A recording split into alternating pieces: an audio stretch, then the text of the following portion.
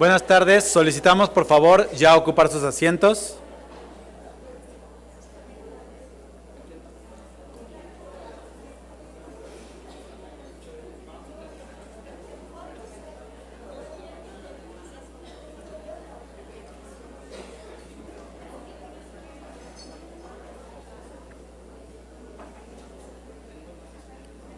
Ahora tendremos un breve espacio para conocer los servicios de nuestro patrocinador Oro. Damos la bienvenida a Jorge Guevara de American Express.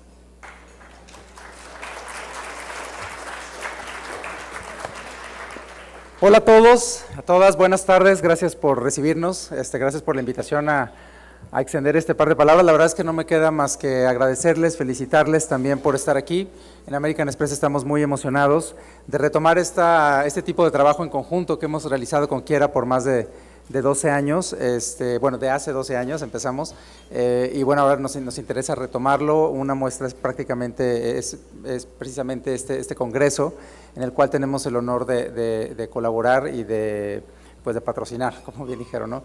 Pero más allá de la parte de la marca de American Express, que estoy seguro que todos la conocen, me gustaría mucho resaltar la importancia de por qué para nosotros es crucial este tipo de actividades, y es que American Express tiene muchos años, décadas, de hecho, trabajando en la responsabilidad social corporativa, ¿no? Y en esta parte donde lo que queremos es justamente apoyar a que las comunidades locales, en este caso nuestro mercado que es México, también desarrollar la parte social, sobre todo por las problemáticas que sabemos y que de verdad permítanme felicitarlos por lo que están haciendo aquí, de la comunidad vulnerable a la que ustedes están atendiendo. Sabemos que es de suma importancia para el país, para la comunidad, para asegurar de alguna manera un desarrollo sustentable de todos. Entonces, ojalá, que yo estoy seguro, por lo que me han platicado, el evento ha sido un éxito, me encanta verlo lleno. Creo que ya es el último día, el día de hoy, y más tarde van a estar en esta comida y todo lo demás, pero ojalá de verdad que haya sido de gran provecho para todos ustedes y sobre todo para la gente que va a ser beneficiada a través de ustedes. Muchísimas gracias, gracias por permitirnos una vez más estar aquí con Kiera, y pues nada, muchísimas gracias.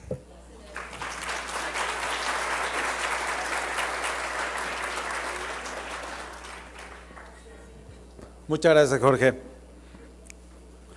Demos inicio al panel que tiene como título El trabajo en escuelas y comunidades desde un enfoque de derechos humanos.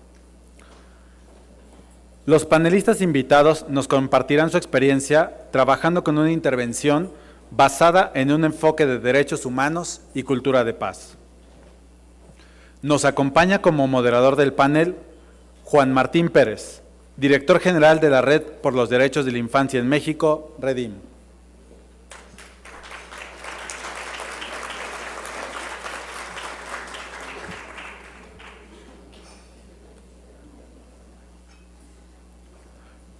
Como panelista nos acompaña Jennifer Asa Gutiérrez.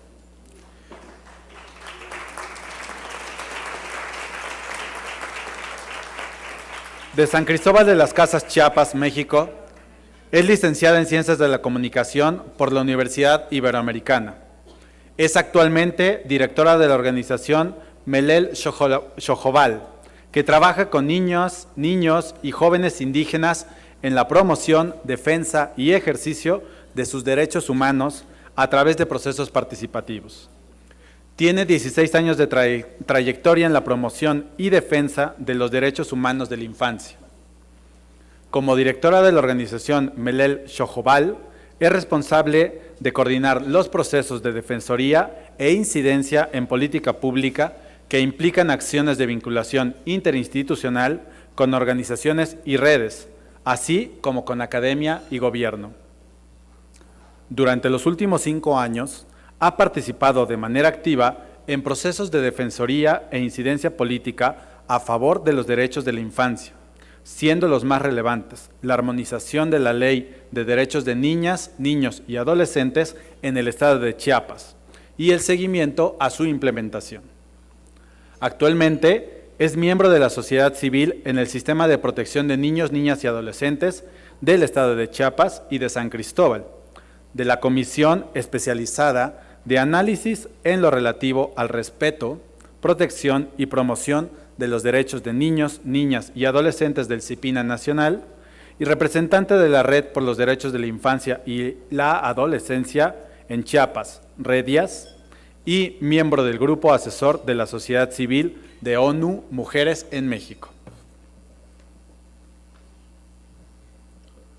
Por igual nos acompaña en este panel Paola Olvera Feregrino.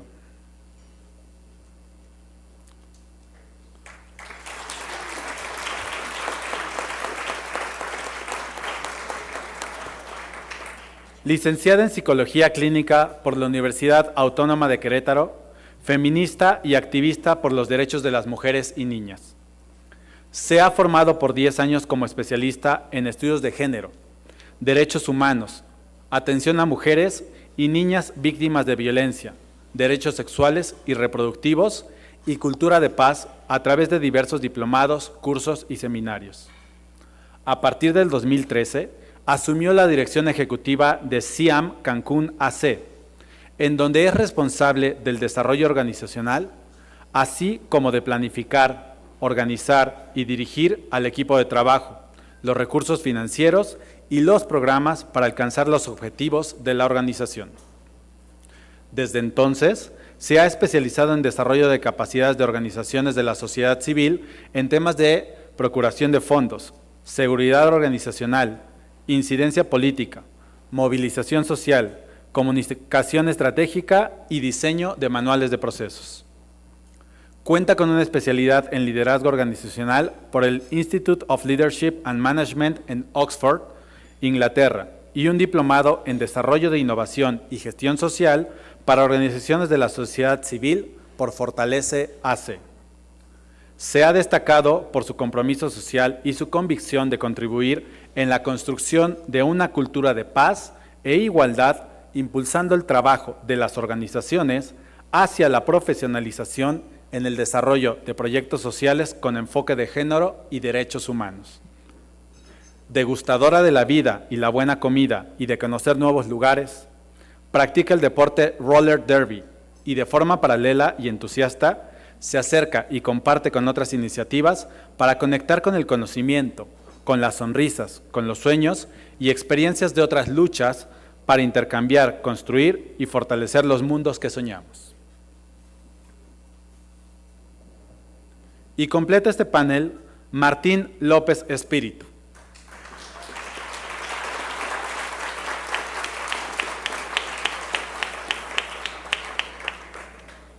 Licenciado en Psicología por la Universidad de Guadalajara, con una especialidad en Psicoterapia Breve Integrativa, y está certificado, además, como coach de vida. Desde hace 8 años labora en el colectivo Pro Derechos de la Niñez AC, de los cuales los últimos 5 los ha desempeñado como director general, enfocando sus esfuerzos en la promoción y difusión de derechos de niños, niñas y adolescentes en la zona metropolitana de Guadalajara. Desde CODENI AC ha impulsado mecanismos de promoción de participación infantil, creación y gestión de programas vinculados a población en situación de calle, con establecimiento de indicadores de impacto en cada uno de ellos. De igual forma, participa desde hace 6 años, a nombre de CODENI, en la Red por los Derechos de la Infancia en México, REDIM, en la Red Local de Jalisco, COIDIG, y participa activamente en acciones locales enfocadas en prevención del suicidio en adolescentes y jóvenes. Demos la bienvenida a nuestros panelistas y damos inicio a este panel.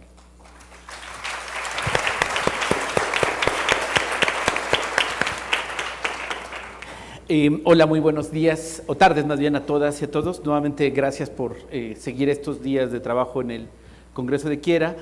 Bueno, además de, digamos, seguir la reflexión, como saben ustedes, mucho de lo que hemos hablado tiene que tocar la vida de niños, niñas y adolescentes para que tenga sentido. Si no, todo es muy bonito, pero es filosofía, es papel.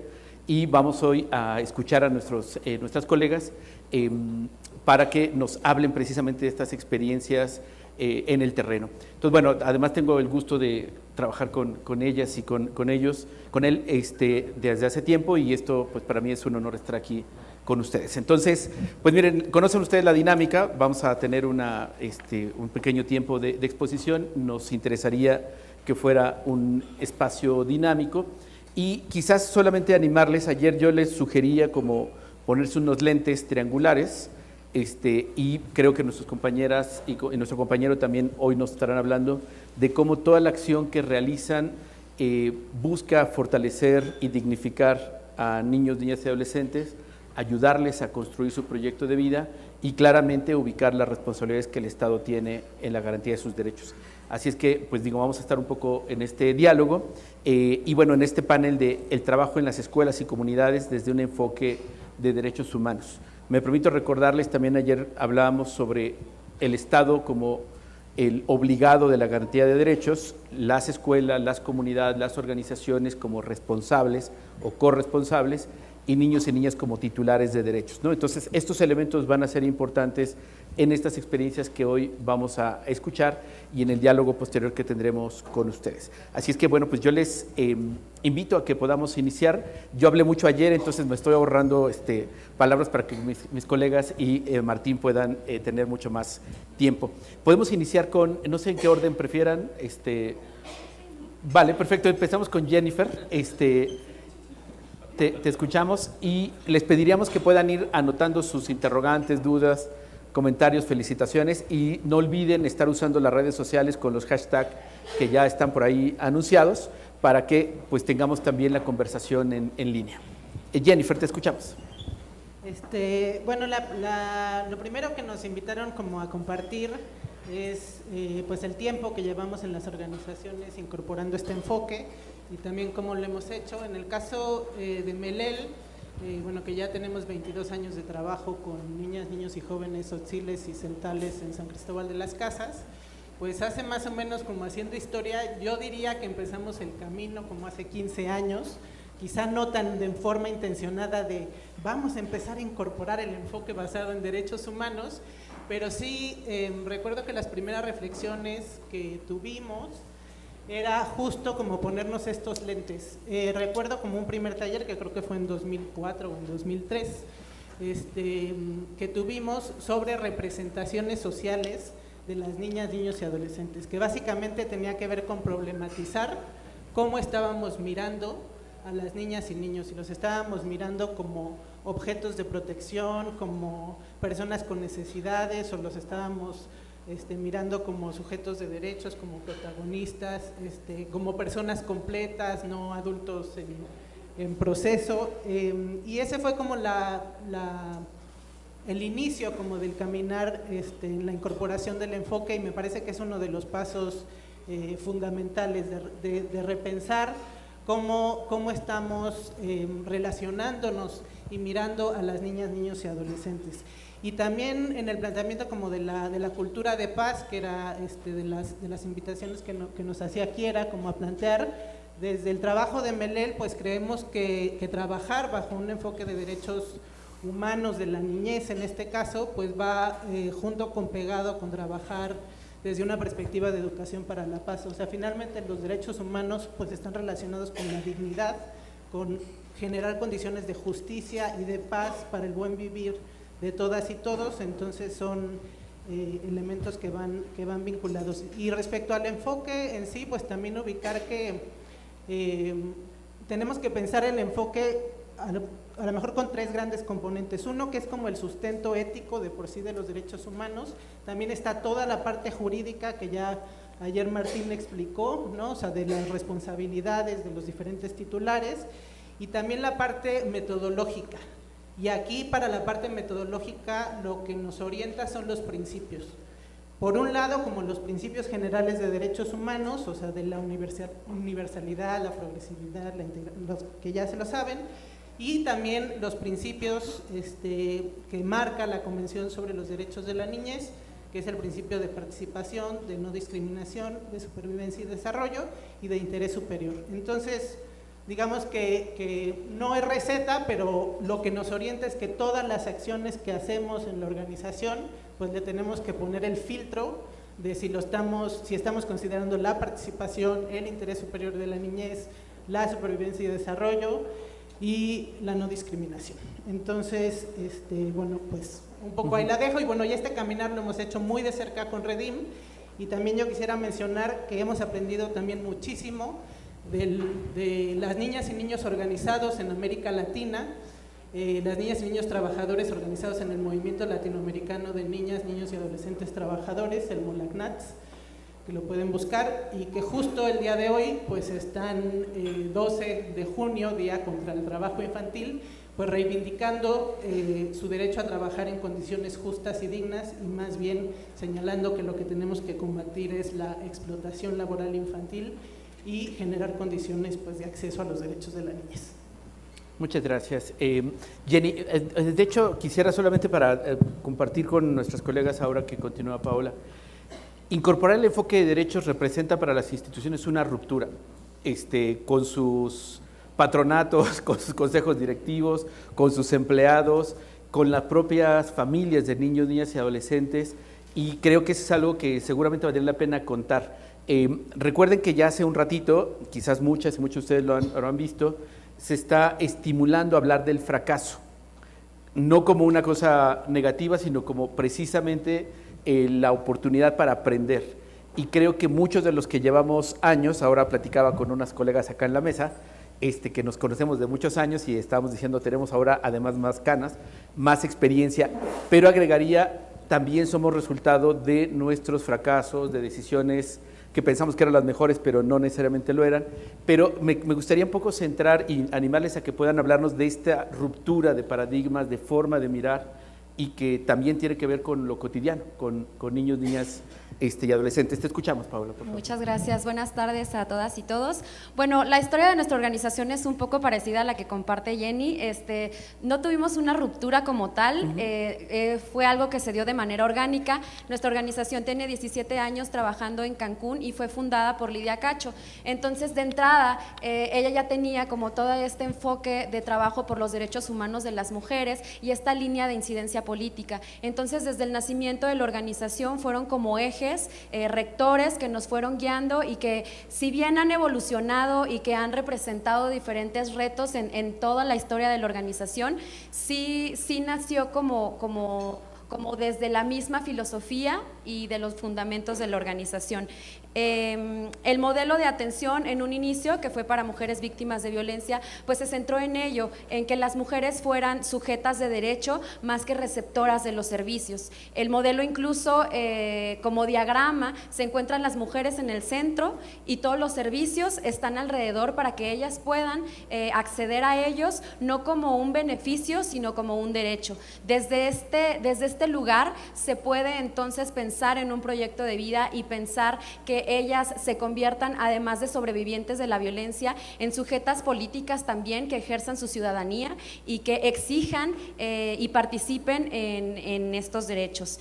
En cuanto a la metodología de educación para la paz, pues también fue un poco, y analizándolo fue como un poco raro, porque hace 17 años hablar de educación para la paz e incluso de todos estos temas de violencia pues no se sabía mucho, o sea, apenas estaban como incorporando metodologías y tal, y de pronto nuestro fundador Lidia, que andaba como por todos lados, nos decía, miren, en España están haciendo esto, o en Colombia, ¿por qué no lo hacemos acá, no?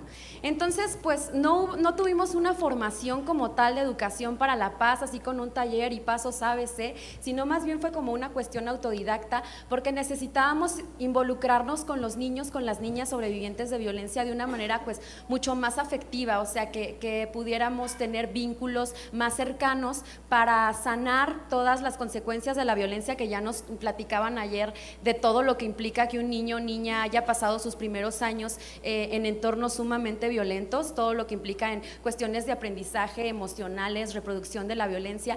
Y esta metodología nos permitió justamente esto, como vincularnos desde lo afectivo, pero también transitar hacia que esos niños y niñas, además de que pudieran expresar, reconocer sus sentimientos, sus emociones, tuvieran herramientas también de colaboración, pero que se volvieran también sujetos de acción, sujetos que participen y que exijan desde ahí sus mismos derechos. Entonces es una metodología que nos funcionó desde entonces, y bueno, después la organización organización sufrió un cambio, tuvimos que ser al refugio de alta seguridad y desde entonces desarrollamos programas para prevenir la violencia. Ya no trabajamos con las consecuencias, que son las víctimas, sino con las causas. Entonces desarrollamos, tratamos como de transformar esta metodología hacia nuestros programas de prevención, lo cual ha sido realmente pues un reto, y afortunadamente y hoy nos sentimos súper contentas que haya congresos en donde se hable sobre esto, porque para nosotros ha sido difícil poder como contextualizarlo, poder nombrarlo, porque ha sido como un proceso de aprendizaje, digamos, interno, y sobre todo que parte de la misma práctica de la organización.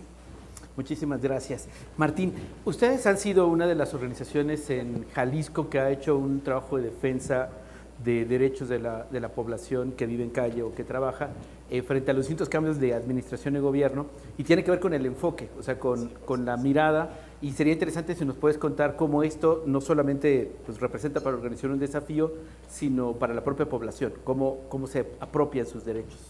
Sí, claro. Antes que nada, buenas tardes. Gracias por la paciencia, es el último evento del día. Estamos ya por terminar esta jornada exitosa. Gracias a Kiera también por la invitación. A mí me gustaría contar un poquito desde mi perspectiva personal y después llevarlo a esta pregunta que bien intenciona Juan Martín. Esa primera ruptura de la que tú hablas, primero fue conmigo mismo, porque llegué a una institución que ya manejaba este enfoque. CODENI tiene 16 años de existencia, de los cuales pues tengo el honor de estar 8 años en ella. Llegué como un colaborador más, llegué como un educador en aquel tiempo, en aquel entonces, y todo este proceso, todo ese lenguaje, todo ese bagaje con enfoque de derechos era ajeno a un servidor. Lo fui descubriendo en el camino, lo fui descubriendo junto con niños, niñas y adolescentes, y eso me permitió no solo descubrirlo, apropiarlo, y después de apropiarlo, transmitirlo a las nuevas generaciones de compañeros y compañeras que han ido integrándose a la institución. Fui observando en ese camino, en ese proceso de crecimiento, cómo también las familias no alcanzaban a entenderlo, no sabían qué era eso, no sabían de qué se trataba, no alcanzaban como a percibirse como sujetos de derecho, solamente se percibían y se notaban como objetos, porque también les daba una ganancia secundaria, también les permitía seguir obteniendo situaciones que el mismo sistema de pronto propicia. En ese andar y en ese caminar hubo un punto crucial en CODENI hace 6, 7 años aproximadamente, en el que elegimos alinear toda la planeación de CODENI, todas las actividades, todos los procesos que hacíamos con ese enfoque. Para eso pues buscamos apoyo de una instancia local, en este caso el ITESO, que nos apoyó en este proceso de creación, transformación, pero fue un análisis muy completo. Para la fundadora, para el equipo que había creado CODENI, también lo decían ellos, fue un proceso doloroso. ¿Por qué doloroso? Porque también era descubrir que no se estaba haciendo de la manera en que se quería hacer y que requería transformarse y alinearse.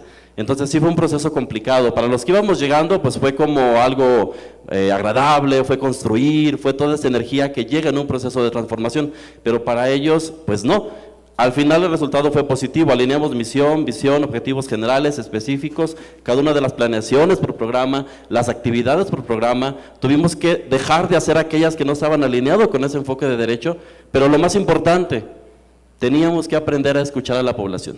O sea, no podíamos crear un programa desde una visión de expertos, desde los que queremos que actúen de tal o cual manera.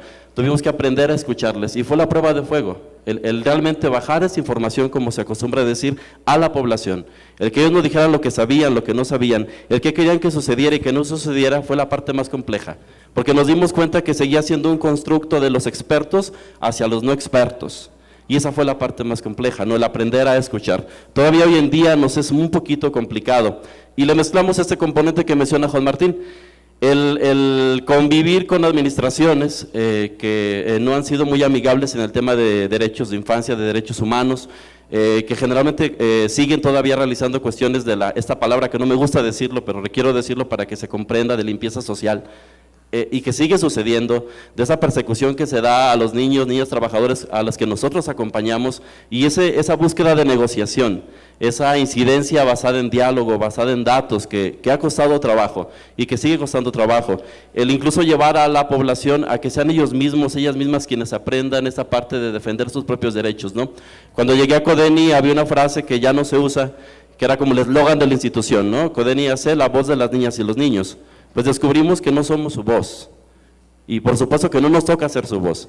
Ellos y ellas son su propia voz. Nuestra función fue y sigue siendo que tomen conciencia de que tienen esta voz, de que no solo se informen, de que también se formen con un enfoque de derechos que les permita acceder a un proyecto de vida, que les permita levantar la mano cuando hay una situación que les está afectando y pues sobre todo que se den cuenta de que ellos tienen esa capacidad. Nuestra función es acompañar.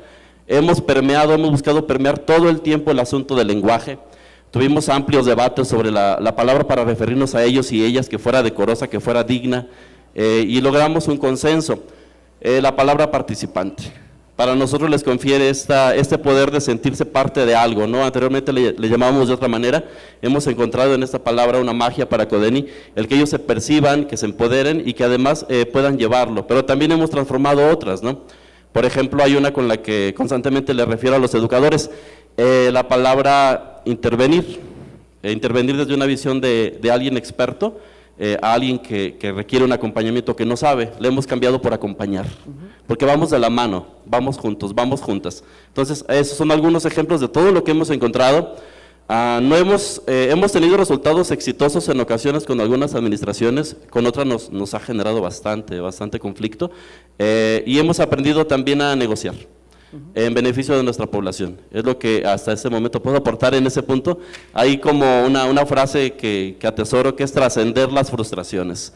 Como institución hemos aprendido a hacer esto, ¿no? No podemos quedarnos anclados en un momento de enojo, de rabia, porque no sucedió. Hay que sobreponernos rápidamente y descubrir que nuestra fuente es la familia, son los niños y niñas a quienes acompañamos y que nuestra misión es que ellos y ellas se empoderen, que ellos y ellas descubran sus fortalezas y que encuentren en Codeni ese espacio para seguir creciendo. Gracias, Martín. De hecho, bueno, yo creo que no solamente estoy disfrutando yo, sino ustedes, y espero que estén tomando notas, porque ya aquí están apareciendo varias pistas para quienes en sus organizaciones aún no han incorporado el enfoque de derechos o están en esta definición, pero hay una parte que decía Martín ahora, retomando lo último, una necesidad de repensar las palabras con las que trabajamos. Ustedes han escuchado, en sociología se plantea que las palabras construyen realidades. Pierre Bourdieu, pueden ustedes buscar filósofo francés. Y es cierto, o sea, no es lo mismo hablar, y retomo esto, Martín, muy importante, de beneficiarios a participantes. Ya hay una profunda diferencia en lo que esto significa y en el rol que les damos a ellos y a ellas. Lo que comentaba también Paola, como sujetos activos, y que esto cambia también en la lógica de nosotros somos, como ya superó Codeni, la voz de ellos, digamos. Estas transformaciones que se viven son indicadores que dan cuenta que incorporar el enfoque de derechos humanos, es positivo para todos. No solamente, fundamentalmente para la población, para niños, niñas y adolescentes y sus familias, para el equipo de trabajo, como le explicaba Martín, que le tocó otra etapa interesante, o en el caso de Paola, cuando ya desde Lidia Cacho, que la conocemos, no sé dónde anda ahora, andará por España, no sé si ya regresó, pero en algún lugar del mundo andará, pues facilitó que nuevos profesionales o mujeres profesionales como Paola se incorporen y enriquezcan con este enfoque.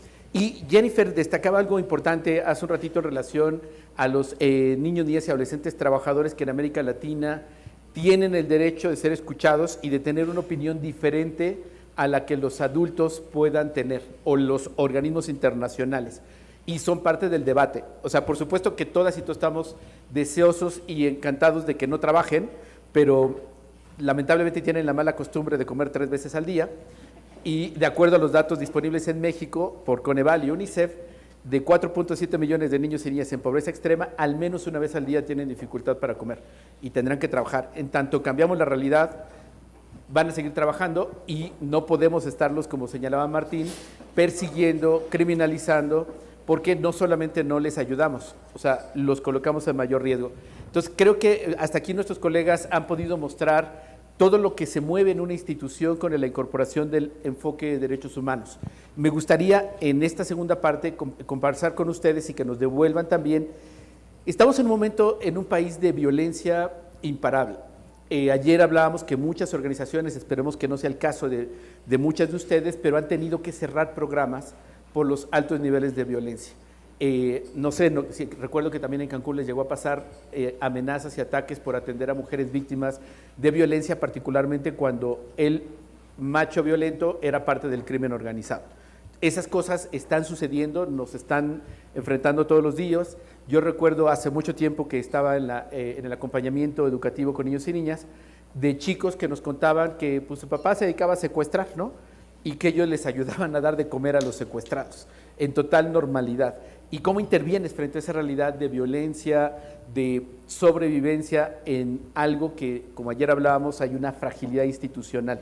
Entonces nos gustaría si nos pueden un poco contar esta vivencia en lo cotidiano con ellos y con ellas, y cómo les ha ayudado también en esto que Martín describió con digamos, una precisión importante, cómo necesitamos alinear misión, visión, objetivos, acciones, programas operativos, para que podamos tener en el corazón de nuestra acción los indicadores de cambio.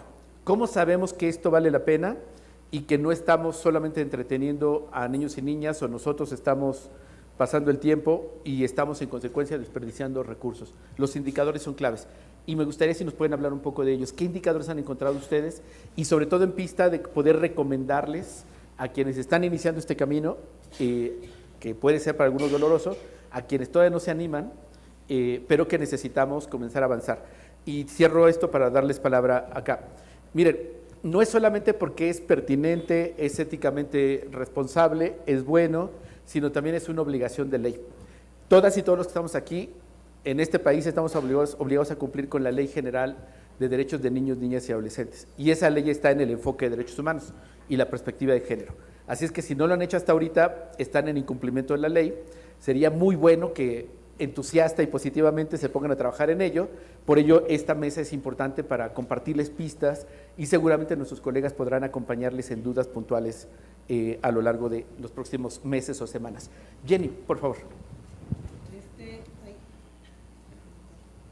Desde la experiencia de Melel y bueno, y el enfoque, particularmente el principio de participación, que ya lo comentaba Martín, pero es importante ubicar la participación como un medio para la protección de los derechos de niñas, niños y adolescentes.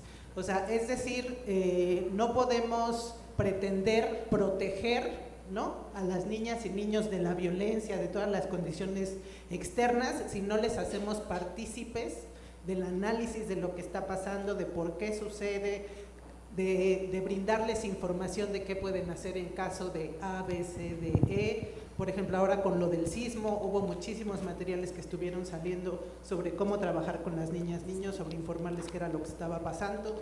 También en contextos de mayor o menor exposición a situaciones con el crimen organizado, pues también es importante hacerles partícipes de qué es lo que está sucediendo en la comunidad, en su país, de cuáles son las medidas de seguridad, cuáles son los acuerdos de la familia.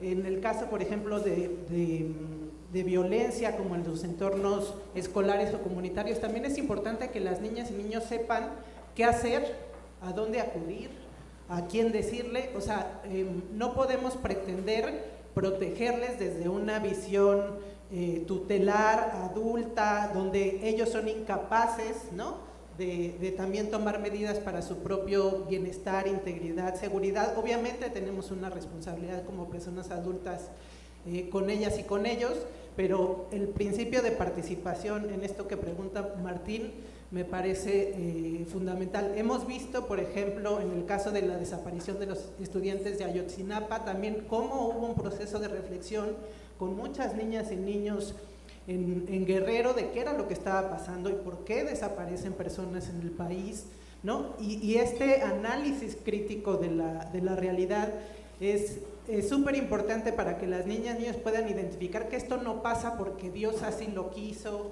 o porque unos son malos y los otros son buenos, sino que aprendamos junto con ellos a reflexionar sobre una realidad de desigualdad, de injusticia social, pero que también no nos coloque en un lugar de indefensión, sino que como ciudadanas y ciudadanos, que son desde que nacen, ¿no?, desde pequeños, pues también pueden hacer algo y podemos hacer algo juntas, juntos. No es decirles, ay, ustedes lo ven, ¿no?, solitos, que también son ciudadanas y ciudadanos, sino cómo construimos entre personas adultas y entre niñas, niños, pues mejores condiciones para la protección de sus derechos.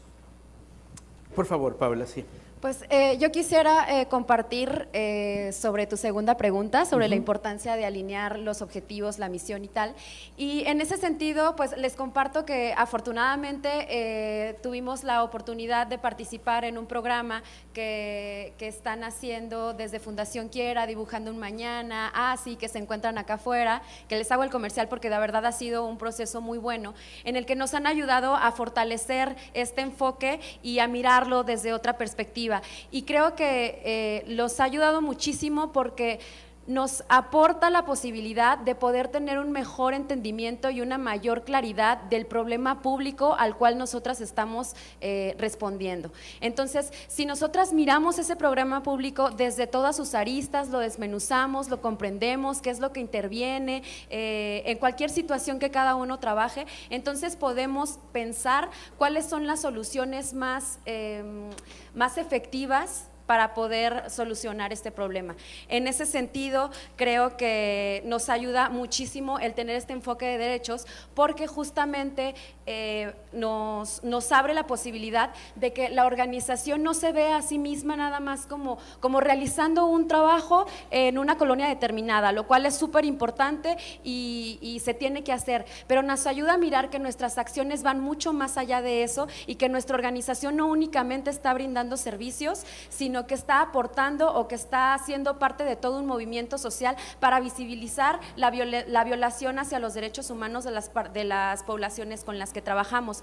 Esto, además de generar como todo un movimiento social en donde participan las personas que participan en nuestros programas, también a su vez nuestra organización se convierte como en un semillero de profesionales que llevan a cabo esta misión y que, como nos lo comparte Martín, las personas que se integran ya no se ven a sí mismas nada más como un prestador de servicios o como que realiza un trabajo específico con esta población, sino como parte de todo un movimiento social que visibiliza una problemática, y esto ayuda también como que la causa, se ponga en la causa de la camiseta mucho más, y la organización tenga un posicionamiento más fuerte en cuanto a la respuesta a esta problemática.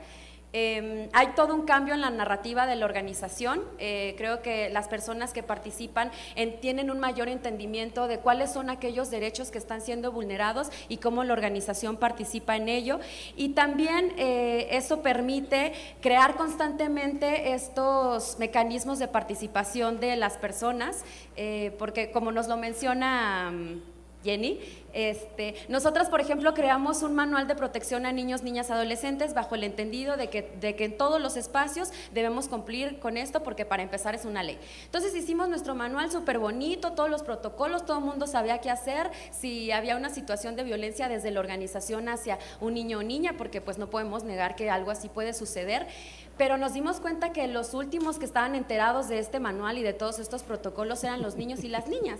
Entonces, es esa mirada que nos permite darnos cuenta de esto y crear de manera muy creativa cómo le vamos a hacer para protegerlos, porque al final la mejor manera de proteger a los niños y a las niñas es enseñarles a que se protejan a sí mismos, y que esto no es algo como un favor o un beneficio que tienen o un regalo, sino como su derecho a ser protegidos. Entonces constantemente tenemos que reflexionar de si realmente están participando, y no en lo que nos decías ayer de si van a elegir una hamburguesa o una pizza, claro, sino de cómo quieren construir su proyecto de vida, y además cómo quieren participar socialmente para que su voz sea escuchada.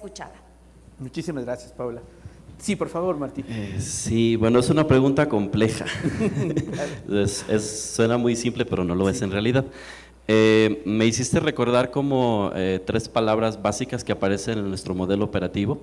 Las voy a desmenuzar vinculándolas con la pregunta. Nos dimos cuenta de algo en Codeni que teníamos como información, que teníamos como una forma, un estilo de trabajo, pero no lo teníamos representado en ningún lugar. Entonces requeríamos sistematizar y además contar con un modelo en papel, porque es importante. Fue cuando nos acercamos a Fundación Quiera en uno de los proyectos de fortalecimiento institucional, y gracias a la Fundación pues contamos con ese modelo, ¿no?, que ya requiere renovarse. pero nos dimos cuenta que de nada servía tenerlo ahí guardado nada más, ¿no? O distribuido, o lucirlo, había que ponerlo en práctica. Requiere ser un modelo vivo, que realmente suceda día a día, que las personas que se acercan a la institución, tanto el equipo remunerado, los voluntarios, las voluntarias, lo conozcan y lo lleven a la práctica. Es en ese camino donde quiero orientar la respuesta. Hay 3 palabras, una de ellas es interfaz social, que aparece en nuestro modelo operativo y tiene que ver con estos caminos diferentes. El educador, la educadora, el equipo de Codeni, pareciera que de pronto va hacia una dirección y hacia esa dirección quiere llevar a las y los participantes, pero ellos van por otra diferente. Esa brecha que hay entre unos y otros es la interfaz social. Y va justamente con la pregunta que tú hacías, ¿no? Pareciera que el equipo está preocupado en entregar metas, cumplir cantidades, en hacer informes bonitos, y la realidad puede ser distinta. Entonces, para buscar formas de que esa brecha sea lo más cercana posible a la realidad, hemos generado procesos de participación interna, porque no podemos hacerlo si no los escuchamos, no podemos hacerlo si ellos y ellas no nos dicen realmente lo que está pasando, pero no basta solamente preguntarle, oye, ¿qué te parece lo que estamos haciendo? También hay que plasmarlo en las planeaciones, también tiene que permear en el día a día de la institución, también hay que conocer sus realidades, y sí es una labor muy compleja. ¿Por qué? Porque pues tienes que modificar un presupuesto que ya estaba finamente elaborado por los expertos, tienes que generar una actividad distinta que no aparecía en ese momento. Entonces sería el primer concepto que quiero traer a colación, interfaz social como un reto institucional, un reto muy grande. El segundo de ellos es la concientización o la promoción de conciencia crítica, que coincido con Jenny en ese sentido, ¿no? Es importante en este apartado de conciencia crítica el generar estrategias que hagan que ellos y ellas se replanteen sus realidades, desde la base de la educación problematizadora. Ellos y ellas requieren descubrir en dónde están en ese momento de su vida, hacia dónde quieren ir y qué requieren de la institución para poder llegar a ese punto. Y ahí es donde también como institución requerimos dar respuesta y estar preparados para cualquier tipo de problemática. Ha sido un reto muy grande para nosotros en ese sentido. Y uno más, que es como uno de los fines últimos, es la promoción de la autonomía social. Es decir, que ellos y ellas sean capaces, primero, de percibirse como sujetos, segundo, conozcan y ejerzan sus derechos, y tercero, ellos mismos y ellas mismas procuren que las y los demás que están en su contexto también los vivan, también busquen manera de hacer como este eco, esta difusión de los mismos, esa realidad viviente. Creo que es una de las etapas más complicadas. Respondo de esta manera a esto, para poder limitar esa brecha, ¿no? Que solamente dejen de ser percibidos como un objeto, requerimos realmente hacerlos sentir un sujeto, que se transformen de tal manera y que además todo el tiempo nos estemos preguntando como institución, ¿para qué les estoy acompañando? No el por qué. ¿Para qué? ¿Y qué pretendo que ellos y ellas logren? Pero no desde mi visión, sino desde las de ellos y ellas mismas. Muchísimas gracias, Martín, Paula, Jennifer. Miren, voy a retomar una expresión de Martín en términos de lo complejo, lo mencionó varias ocasiones, y eso es muy buena noticia, porque significa que estamos haciendo un cambio de paradigma. Deben de recordar ustedes que cuando hablamos de complejidad no nos referimos a nada que sea difícil. Gráficamente imagínense una red, ¿no? En esta red hay un punto donde está una mirada, un interés de niños, niñas y adolescentes, hay otro punto de este cruce de esta red donde está el interés del papá, de la mamá, están las autoridades, estamos nosotros, y precisamente lo que une esa red es el proceso de participación. En la medida en que nosotros tenemos como principio básico, como explicaba hace un ratito Jennifer, la participación y la definición, decía Martín, de participantes, lo complejo termina siendo un punto de encuentro y ya no es doble trabajo, como explicaba Martín también, ya no es que los educadores o acompañantes tienen que cumplir con un informe y un indicador y entonces ya no tiene nada que ver con los niños y niñas, sino al contrario, ellos están vinculados a la alineación que se hace en términos de la intencionalidad institucional. Esto es un proceso que no se construye de la noche a la mañana, como lo han escuchado, se requiere acompañamiento. Reiteramos el agradecimiento a Quiera, porque este congreso, al colocar también con mucho énfasis el tema de derechos, va a ayudar a que ustedes vayan en la próxima actualización que realicen de sus planes estratégicos, de su misión y demás. Recuerden que ya es ley, que además es positivo, que además hay muy buenas noticias y que permite, pues de alguna manera, comenzar a mirar distinto. Yo me permitiría aprovechar aquí para recomendarles lecturas. Hay muchas cosas maravillosas que están disponibles, además de forma gratuita. Edgar Morin, o Edgar Morin, según lo quieran pronunciar, un cuate francés, escribió muchos libros, pero les recomiendo el básico, Introducción al Pensamiento Complejo. Ya de hecho se puede encontrar en PDF, si quieren aportar a la editorial y al autor, también se puede comprar en las librerías, pero si no está disponible en PDF en internet. Particularmente les recomiendo de este mismo autor una maravilla que se llama Los 7 saberes necesarios para la educación del futuro. Se los repito, Los 7 saberes necesarios para la educación del futuro. Edgar Morán. Está disponible en internet, ese de hecho es un libro gratuito, fue financiado por la UNESCO, ya es un libro viejito, me refiero de unos 15 años, una cosa por el estilo. Van a encontrar bastante información y preciso, este libro particularmente no está desde el enfoque de derechos humanos necesariamente, pero sí desde una mirada distinta, donde los niños, las niñas, los adolescentes son sujetos activos de la educación. Decía, creo, no estoy seguro si lo comenté con ustedes ayer o en alguna otra conversación, que estamos queriendo educar a niños de este nuevo milenio con métodos del siglo pasado, ¿no? Y obviamente el resultado no va a ser bueno. Entonces necesitamos actualizarnos y reconocer que nuestras instituciones que tienen un mandato social en función de niños y niñas y su bienestar y su felicidad, tenemos que ponernos a la última moda de lo actual y formarnos, actualizarnos, ¿no? Termino un poco para invitarles a nuestros colegas, que tanto a Jennifer, Paola y Martín, y agradecerles que nos platiquen cómo es trabajar con enfoque de derechos humanos con niñas y con adolescentes. Porque estamos en una sociedad machista donde escandaliza pensar que adolescentes se pongan falda, y cómo se come eso trabajando con niñas y buscar lo que está en ley, además en muchas leyes en nuestro país, la igualdad sustantiva. Bueno, yo decía al inicio y también lo comentaba Paula, creo que no se puede incorporar el enfoque basado en derechos humanos si no se incorpora el enfoque de género y bueno, y una apuesta feminista desde el trabajo de Melel y decían, ya platicarán los otros colegas. Y algo que ha sido como muy importante en particular por el trabajo que hacemos en Melel con niñas y niños indígenas es reconocer, o sea, parte de este enfoque es reconocer la diversidad de infancias. O sea, no podemos partir de un único modelo, concepto, idea de las niñas, niños y adolescentes. No es lo mismo una niña o niño indígena que vive en San Cristóbal que una niña o niño indígena que vive en una comunidad en Los Altos, o la niña o niño de Tijuana, o el de Perú, o el de China, o el de… ¿no? Son diferentes contextos culturales, sociales, familiares. Entonces, al momento también de pensar en nuestros propios modelos de intervención, que ya Martín lo decía, que tienen que ser modelos vivos, ¿no? Y de adaptar también estos modelos, por ejemplo, que nos han compartido en estos días, es muy importante contextualizarlos y ver qué infancias son las que están mirando. Por ejemplo, en el caso del trabajo, bueno, pues en las comunidades indígenas, pues las niñas y niños, parte del trabajo son aprendizajes para la vida, ¿no? Ahora no tanto, pero anteriormente, pues las niñas y niños asumían cargos comunitarios dentro de las comunidades, hay responsabilidades familiares, y en otros países como del mundo también están colocados como agentes activos cotidianos de su comunidad, que a lo mejor desde una visión occidental, europea, de niñas, niños blancos de cierta clase social, pues las niñas, niños solo tienen que ir a la escuela y jugar, ¿no? Pero en otros contextos culturales, aquí mismo en nuestro país, en esta misma ciudad, pues la diversidad de infancias es múltiple. Entonces eso me parece que es muy importante y que tiene que ver también con la forma en que nos relacionamos y trabajamos con las niñas y niños y las familias.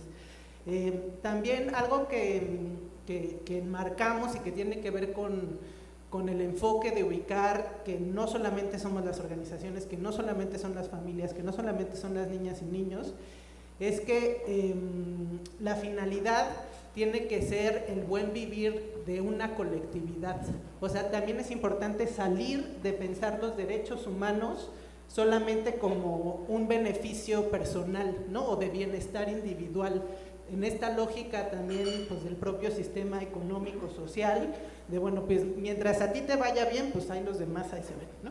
Entonces, algo que trabajamos con las niñas y niños en San Cristóbal, en los programas, es que esto que ellas y ellos van aprendiendo, van reflexionando, pues tiene que ser no solamente bueno para sus vidas en lo individual, sino también cómo eso impacta en sus otros pares, en sus hermanas y sus hermanos, en la familia, en los miembros de la comunidad. O sea, que la defensa y la promoción de derechos tiene que ser una tarea pensando en el colectivo, no pensando en lo individual. Y digamos, como ya más en concreto, que aquí pues mis colegas también tendrán mucho que compartirnos, pues es lo que ya pues hemos comentado, partir de los intereses, ¿no?, de las niñas y niños, escucharles, porque esto que se dice en la propia convención tienen derecho a opinar y a participar en todos los asuntos que les afectan, ¿no? Y algo que platicamos, y Martín lo dice en todas las ocasiones que pueden, de bueno, ¿cuáles son los temas que les afectan? Pues les afectan todos los temas, ¿no? O sea, no es que vivan en una burbuja aparte de nosotras y nosotros, de nuestro mundo adulto, y las niñas y niños tienen su burbuja, que es otro mundo que nada tiene que ver con el nuestro. Entonces, cuando pensamos en eso, que todos los asuntos les afectan, entonces, pues tenemos la responsabilidad de no solamente escucharles y decirles, muy bien que ya expresaste tu opinión, que son procesos también, o sea, que las niñas, niños, al igual que nosotros, que ya decía Martín, que empezó con un rompimiento y una toma de conciencia también personal de cómo pues nos concebimos como ciudadanas y ciudadanos, también las niñas y niños están acostumbrados a que nadie les pregunte nada, a que todo el mundo decida por ellas y por ellos. Seguramente así también crecimos en nuestra casa, ¿no?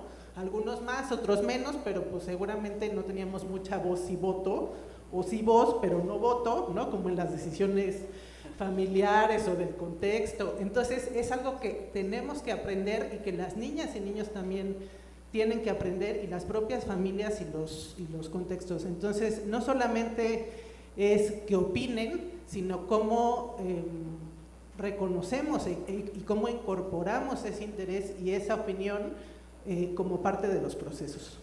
Gracias, Jenny. Sí, Paola, por favor.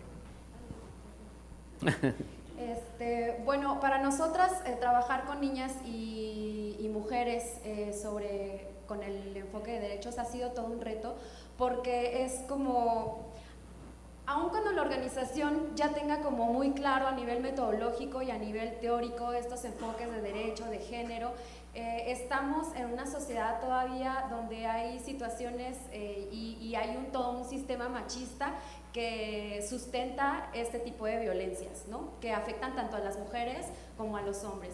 Entonces, por ejemplo, yo lo quisiera ilustrar como en un programa que estamos haciendo en CIAM. Nos dimos cuenta que muchas jóvenes estaban teniendo embarazos no planeados, muchas adolescentes, y tratamos de apoyarles para que esta situación no siguiera incrementando, porque investigamos y nos dimos cuenta que en Quintana Roo pues no era nada más una escuela, sino que ya estaba siendo un problema público. Entonces, pues tratamos de mirar el problema, de entenderlo, y de entrada podríamos pensar que tiene que ver, por ejemplo, con que no tienen suficiente información sobre métodos anticonceptivos. Entonces vayamos todas las organizaciones y démosles condones o expliquémosle cómo se utilizan, ¿no? Pero nosotros lo que buscamos y lo que nos ayuda a este enfoque es como de entender cuáles son aquellos derechos que están siendo vulnerados o a los que no están accediendo, que están dando como resultado estas situaciones. Hicimos una encuesta más o menos como para entender qué es lo que estaba sucediendo, y por ejemplo nos dimos cuenta que en el 70% de las relaciones sexuales entre las y los jóvenes son los hombres quienes deciden si se va a utilizar o no un método anticonceptivo. Entonces, por más que nosotras estemos dando preservativos y tal, ahí hay una situación que tiene que ver con el género y que tiene que ver con estas construcciones sociales que se tienen, y a veces trabajar con ello resulta mucho más difícil y es un poco más complicado explicarlo para la escuela, para los padres de familia y en general también a veces a donantes, porque tiene que ver como cambiar todo el paradigma en el que estamos inmersos, ¿no? Entonces, pues creo que es importante como todo el tiempo mirar estas situaciones y además darnos cuenta que el trabajo que estamos haciendo también nos puede llevar hacia otros lugares. En este trabajo que realizamos sobre el embarazo adolescente, después de 5 años logramos, con la colaboración de la escuela, de otras instituciones y tal, en esa escuela hacer una reducción del embarazo del 50%, ¿no? Entonces, nos dimos cuenta que lo que estábamos haciendo funcionaba, pero que era muy chiquito a comparación de todo el problema que estaba dando en el Estado y que probablemente nuestra organización pues no iba a poder responder con este programa a todas las escuelas, ¿no? O a todo lo que hacía falta. Y es ahí donde entra el componente de incidencia política que nos platicaba ayer el director, y yo me fui bien preocupada en la noche, de verdad que no pude dormir, porque por el último comentario del compañero que nos decía que se había quedado como con mucho peso de lo que significa la incidencia política, ¿no? Y creo que sí es importante tener ese foco todo el tiempo prendido, porque es necesario en las organizaciones ir desarrollando estas capacidades que nos permitan hacer esta incidencia y que los programas que estamos atendiendo se lleven hacia otro nivel. Y no necesariamente tenemos que mañana hacer una propuesta de modificación de la ley y ya bien hecha y ir a sentarnos a los espacios políticos, que es importante, pero esto requiere todo un camino. Y el hecho de ya estar trabajando en una escuela y ya tener estos resultados y decir, bueno, nosotros trabajamos con estas instituciones y esto funcionó, ya es un parteaguas que nos ayuda a tener información para ir desarrollando capacidades e ir posicionando estos temas en la agenda política, en la agenda gubernamental.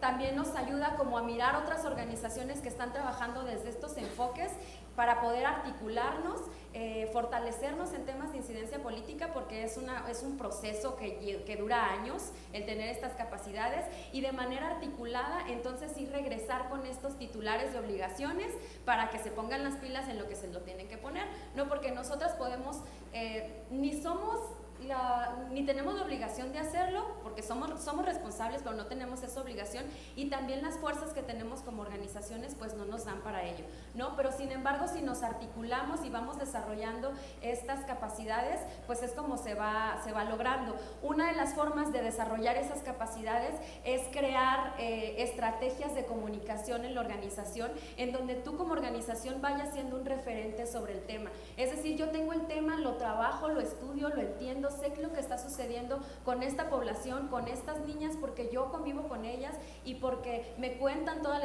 estas problemáticas que viven. Y entonces, a través del arte, por ejemplo, que es uno de los métodos que más nos ha funcionado a nosotros de hacer incidencia social, vamos posicionando el tema a nivel social sobre lo que está sucediendo a través de instalaciones artísticas, o ir a poner zapatos de las mujeres desaparecidas en el ayuntamiento, y eso a ti como organización hace que llame la atención sobre el tema, porque genera un impacto en la sociedad, pero también todos los medios llegan y se acercan a ti, y tú ya tienes todos estos datos y este entendimiento del programa, de la situación, y también te da una voz como organización, pero una voz a las personas que están viviendo estas situaciones, para que entonces se pueda trabajar hacia la incidencia, ¿no? Ya como en un segundo nivel. Pero si tenemos siempre este foco dentro de nuestros programas de hacer esta incidencia, creo que es bien importante, y se va a ir desarrollando poco a poco, y de verdad que después de un tiempo ya te sientes como suficientemente fuerte para ir a pararte a estos espacios y a estos mecanismos, y con un montón de armas, herramientas, estrategias, ejemplos, puedes ir cambiando las cosas paso a paso, pero bueno, así se han logrado un montón de cosas, y que el día de hoy, por ejemplo, muchas mujeres estemos aquí hablando. Gracias. Sí, Martín, por favor. Perdón, discúlpate antes, Martín. Comentarles, terminando, Martín, vamos a hacer una ronda para que si tienen preguntas, comentarios, sería interesante ya irlas preparando, y vamos a tratar de tener esta última etapa más de diálogo. Sí, Martín, te escuchamos. Sí, muy bien. Quiero llevar como esto a algo particular. Te escuchaba a las compañeras y pues vino a mi mente una anécdota, ¿no? En relación a cómo estamos acompañando a niñas, a adolescentes, incluso a las madres de familia, ¿no? Durante, ¿qué será?, 2 años, en una de las actividades que es el derecho a la recreación, pues notábamos un indicador bajo de participación de las niñas. Y todo el tiempo nos cuestionábamos, pues, ¿qué está pasando, no? ¿Por qué están en la parte de arriba? Ellas no se involucran, no juegan, se esconden o no participan. Pues va a sonar un poco chusco, pero fue la realidad, ¿no? Nos dimos cuenta que en la parte de arriba, durante mucho tiempo tuvimos representado una cancha de fútbol. Entonces a ellas no les gustaba el fútbol. En algo tan sencillo, y es que ¿qué hacemos? Ponemos juegos, ¿sabes qué? Desaparece esa cancha. Pinta ese lugar de manera neutra, de forma tal que no esté representado un espacio solamente de forma tradicional para ellos, de forma tradicional, siendo muy claros, que es un espacio común, que desde el mismo espacio les estemos transmitiendo que es un espacio inclusivo, en el que pueden estar ellos y ellas. Y nos funcionó. Fue una primera adecuación desde la manera en que nosotros estamos concibiendo el acompañamiento, y eso nos llevó a replantear pues todo lo que estábamos haciendo, ¿no? Las actividades que realizábamos, ¿realmente estaban pensadas para ellos y ellas? ¿O solamente estaban pensados para ellos? Y a partir de ahí empezamos a observarnos, fue la primera estrategia, observarnos como colectivo, si realmente estamos funcionando y pensando en colectividad. Primer punto. El segundo, pues es el famoso festejo del Día del Niño, ¿no? Tenemos ya años que no le ponemos niño, le ponemos niño y niña. Y así lo representamos y así lo aparecemos. ¿Por qué? Porque les digo a mis compañeros que vienen llegando a la institución, lo que no se nombra no existe. Y requerimos nombrarlo, niño y niña, ellos y ellas, papás y mamás. Entonces, de esa manera buscamos que también ellas se sientan incluidas en dos ejemplos básicos. Pero para poder llegar a eso requerimos primero observarnos, segundo, hay que hacer mucho trabajo con las familias. Codenia atiende un 60% de la población son otomís. Entonces, si combinamos este origen otomí con niñez que trabaja en calle, entonces pues tenemos ahí una situación interesante, ¿no? Y buena parte de nuestros adolescentes pues tienen embarazos a temprana edad. A veces llegan algunos chicos a la institución, adolescentes, y en ese acompañamiento le pregunto, oye, no te vayas a embarazar. Pero le digo al adolescente, al hombre, y se me queda viendo así. ¿Yo cómo, no? Es también hacerlos partícipes de este mismo proceso, ¿no? Hacerlos corresponsables, que la prevención es en ambos sentidos. Comparto ese sentimiento de colectividad. Creo que es importante pensar en dos, no solamente en uno o en una, y a partir de ahí empezar a generar estrategias. Con las familias es donde más trabajo nos ha costado, por la parte cultural, por la parte social, pero creo que es donde requerimos incidir. Lo vemos ahora, por ejemplo, en Proyecto de Vida, acompañando a las chicas, las adolescentes, y es donde mayor deserción hay. Entonces hemos empezado directamente con mamá, con papá, a sus casas, a sus entornos, a generar sensibilización en ese aspecto, ¿no? Porque ven a la adolescente, a la mujer, pues como alguien que no tiene mucho sentido que estudie porque se va a casar y se va a ir a vivir con un hombre. Entonces, desde esas raíces tan mínimas hay que estar trabajando con la familia en grandes procesos de sensibilización. Creo que es el aporte más grande que podemos hacer en ese sentido. Hemos abierto espacios de participación, tuvimos hace un año el primer foro de niños, niñas y adolescentes trabajadores. Vamos por el segundo en el que ellos y ellas son los y las protagonistas. Nosotros no, porque ellos son los expertos, las expertas en sus vidas. También es importante partir de esa premisa básica, y cualquier campaña, cualquier actividad de prevención va dirigido a todos y todas, porque somos copartícipes. Muchísimas gracias a Martín, a Paola, a Jennifer. Les agradecería un aplauso hasta este momento. Regresando brevemente a las recomendaciones, hay un libro maravilloso que la experiencia acumulada de Lidia Cacho nos regaló recientemente y se llama Ellos Hablan. Quienes no lo han leído, por favor, urgentemente se puede bajar en Kindle o comprarlo en la librería. Quien ya lo leyó, por favor, préstelo. Aunque el título dice Ellos Hablan, no está dirigido exclusivamente a varones, sino a todas y a todos los que estamos cuestionando esta cultura machista que tanto daño nos ha hecho. Yo destacaría 3 elementos de ello y les invitaría, de un poco redondeando lo que han comentado tanto Paola, Jennifer como Martín. El machismo no solamente daña a las mujeres, sino también a los niños. O sea, los machos no surgen de generación espontánea ni nacemos machos, sino que de niños a los varones nos van rompiendo literalmente, nos van destrozando para convertirnos en eso que conocemos como machismo o como machos. Han escuchado esta frase frecuente de, es que las mujeres son las que crean a los machos. No, no, no. Es la cultura machista donde las mujeres son víctimas de este machismo y a los varones también nos hacen víctimas de este machismo. ya ya lo traemos en la piel, tenemos que cambiar eso porque es una decisión. No está bonito que lavemos trastes, que colaboremos en la casa, pero eso es una conducta. Lo que tenemos que cambiar es nuestra forma de ver el mundo, como lo estamos hablando ahora con derechos humanos. Esto implica también cambiar para los varones y para las mujeres la forma en la que vamos a cambiar el machismo. Cosas tan simples y cotidianas como algunos ya no nos dan risa los chistes homofóbicos, algunas personas sí, ese es un indicador de a dónde está tu machismo, pero el no ser partícipes de esto es un pequeño gesto, el hacer notar, aunque al inicio seamos incómodos o incómodas, que esas bromas ya no se hacen, que no son apropiadas, son pequeñas cosas que van generando cambios en nuestro entorno. ¿Que le cuesta trabajo a mi mamá? Sí, claro, le cuesta trabajo.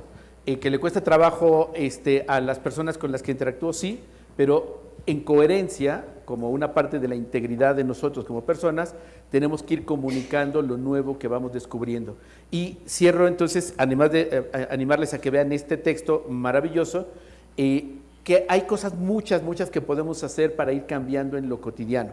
Y ustedes lo están haciendo quizás sin darse cuenta, incluso sin saber que ya están más o menos en la línea de los derechos humanos, quizás porque ahora las normativas nos orientan, quizás porque la renovación de personas jóvenes que llegan a nuestras organizaciones también lo están haciendo, pero sería muy bueno, y animo aquí a las y los directores que tenemos más años y más canas y más experiencia, a soltar un poco más, o literalmente soltar y dejar las instituciones para convertirnos en sabios, en expertos, expertas, y dejar que sean ahora las personas jóvenes quienes, y particularmente mujeres jóvenes, quienes asuman las direcciones de nuestras instituciones, y les aseguro que van a ser profundamente exitosas. Tenemos aquí dos excelentes ejemplos y habrá seguramente más, y valdría la pena comenzar a caminar en esa ruta, ¿no? Vale, entonces ahora sí abrimos por aquí. Pepe Vallejo fue de los primeros que vi que alzó la mano. Alcen la mano más alto quienes estén, y para que los vean los colegas con el micrófono, ¿sí? Por favor, allá están atrás mirando. Empezamos, Pepe, por acá, por favor.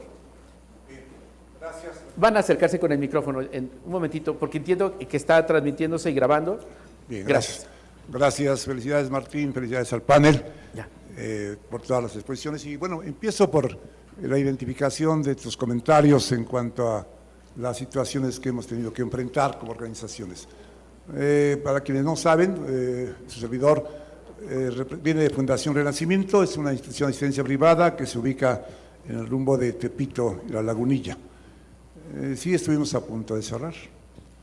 Fui amenazado de muerte, tuve que recibir la protección de los mecanismos por la defensa de los muchachos en el entorno de lo que tenemos. Muchos me han sugerido más bien, que haga el cambio de las instalaciones de ese rumbo para ubicarnos en otro lado. Sin embargo, no puedo aislar en una campana de cristal a la población que tenemos, sino tenemos que, aún dentro de la adversidad, fortalecerles y apoyarles para que ellos vayan encontrando exactamente ese desarrollo personal.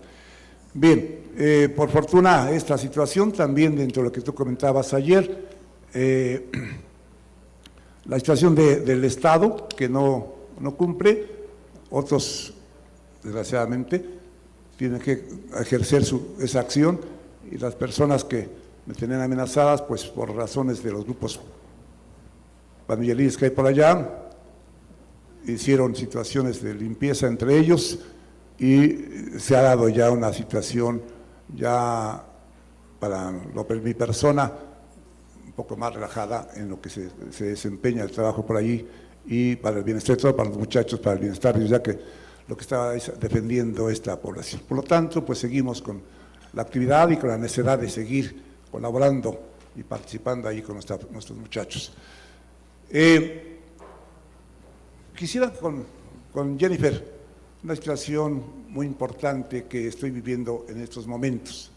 He recibido ahora con motivo de la Cámara C5 a niñas y niños que han sido captados y han sido de manera absurda, porque no hay más que una separación, sin mayor investigación, de esos niños que se encuentran trabajando en las calles o pernoctando, caminando por las calles, y no hay mayor investigación de las autoridades correspondientes. Simplemente los levantan y los llevan y los colocan y los meten a la fuerza. Así pues, tuve contacto con unos niños de San Cristóbal, niños de una comunidad, creo que es Mitonico, tú me podrás ahí corregir.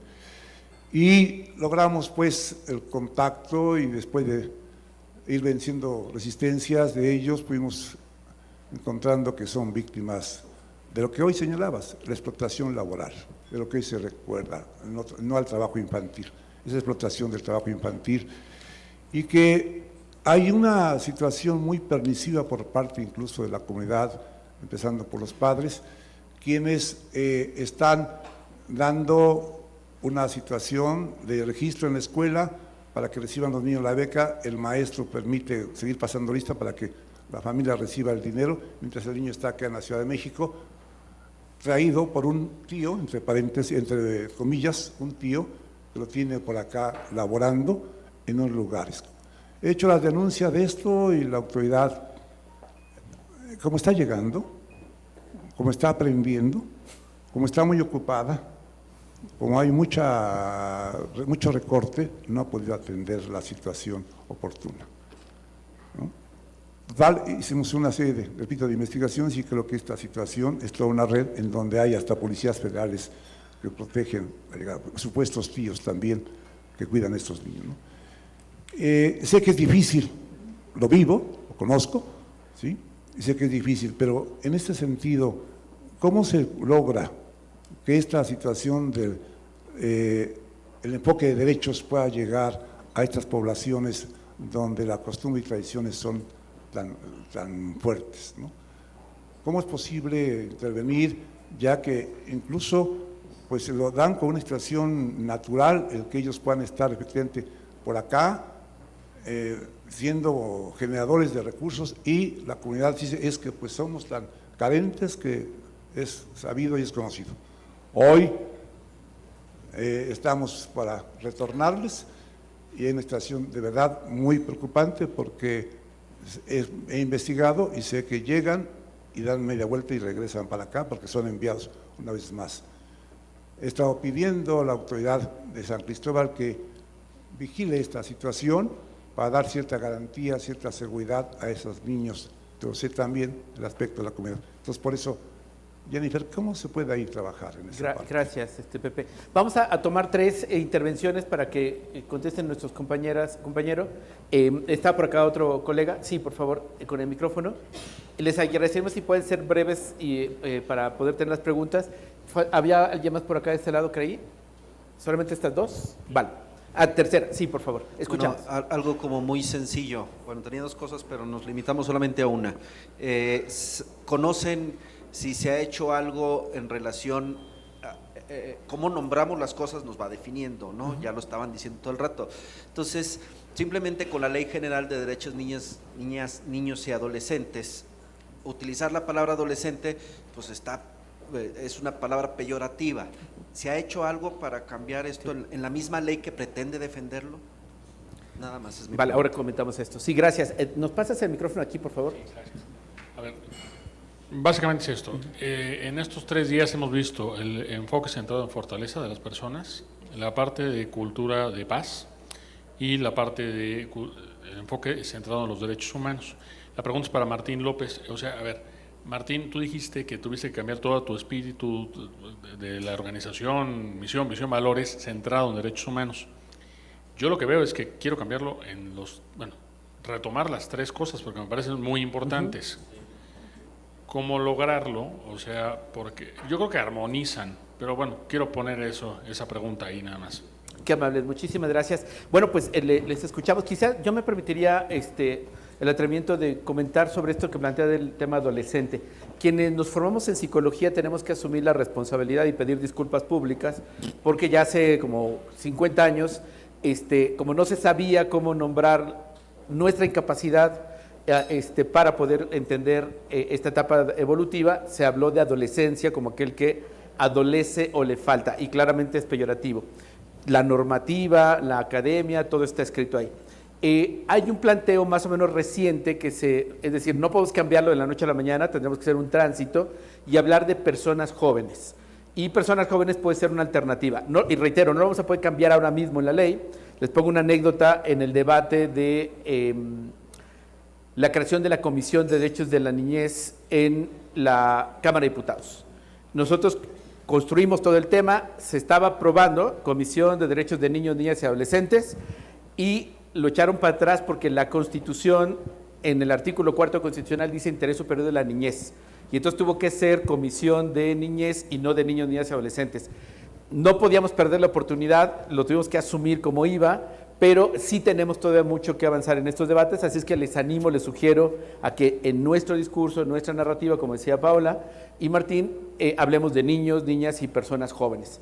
Podemos mencionar en la parte legal, documental, los adolescentes, y bueno, lo otro que se plantea igual con los pueblos originarios es cómo se quieren autonombrar, porque nosotros también lo estamos acá definiendo, pero ellos y ellas cómo se quieran autonombrar, que lo cuidemos un poquitín. Seguramente van a complementar aquí mis colegas y les dejo el micrófono, por favor. Sí, bueno, respecto a las niñas y niños trabajadores, que empezando también por la forma de nombrarles, o sea, en Melel hemos decidido ya desde hace muchos años no referirnos a este sector de población como con el genérico de trabajo infantil, porque además cuando uno habla de trabajo infantil, pues se imagina un montón de cosas, ¿no? Entonces, son niñas, niños y adolescentes trabajadores, son jóvenes trabajadores. Y bueno, en diferentes espacios, pues esta condición, ¿no?, de esta actividad y lo que representa, y de acuerdo a las diferentes miradas que cada quien tiene, pues genera como mucha polémica. Y lo que hemos tratado de hacer desde Melel es colocar que el punto de partida tienen que ser sus derechos. Es decir, no, si centramos el foco en que el problema es que trabajen, pues entonces las soluciones o las alternativas que estemos pensando es cómo dejan de trabajar.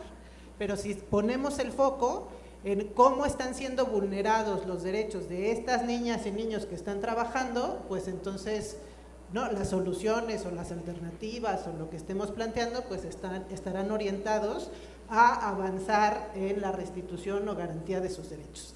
Claro que esto pues son procesos de mediano y de largo alcance, ¿no? O sea, sabemos que en las condiciones concretas de las niñas y niños trabajadores, en este caso el ejemplo que plantean, pues si claramente hay información de que son víctimas de trata de personas o de situaciones de explotación laboral infantil, pues la Procuraduría, ¿no?, en este caso de la Ciudad de México, es quien tendría que intervenir para investigar y hacer todo un trabajo de restitución de derechos, y pues también las instancias encargadas de la Procuración de Justicia, pues ver qué es lo que hay detrás. Pero justo, y me parece que esto lo compartimos en particular con CODENI, que administración tras administración, sobre todo a nivel municipal, pues nos enfrentamos a estas políticas de los servicios públicos municipales, de los retiros forzados porque afean la ciudad, porque los empresarios ya se enojaron, porque San Cristóbal, pueblo mágico, y entre uno de los condiciones para ser pueblo mágico no puede haber ambulantes, entonces hay que quitar a todas las niñas y niños que estén trabajando. Bueno, pero ¿cuáles son las alternativas que se están ofreciendo a estas niñas, niños y adolescentes trabajadores y sus familias para justo en esto que hablaba al inicio de los principios, para garantizar que las medidas que estamos tomando, por un lado, estén considerando la participación de las niñas, niños y adolescentes? O sea, ¿alguien de estas autoridades les ha preguntado a las niñas y niños trabajadores por qué trabajan? ¿No? ¿Para qué usan el dinero de su trabajo? ¿En qué condiciones lo hacen? Si les gusta o si les trae alguna satisfacción o aprendizaje o no. Y yo diría que nunca, al menos del lado de la autoridad, eso está.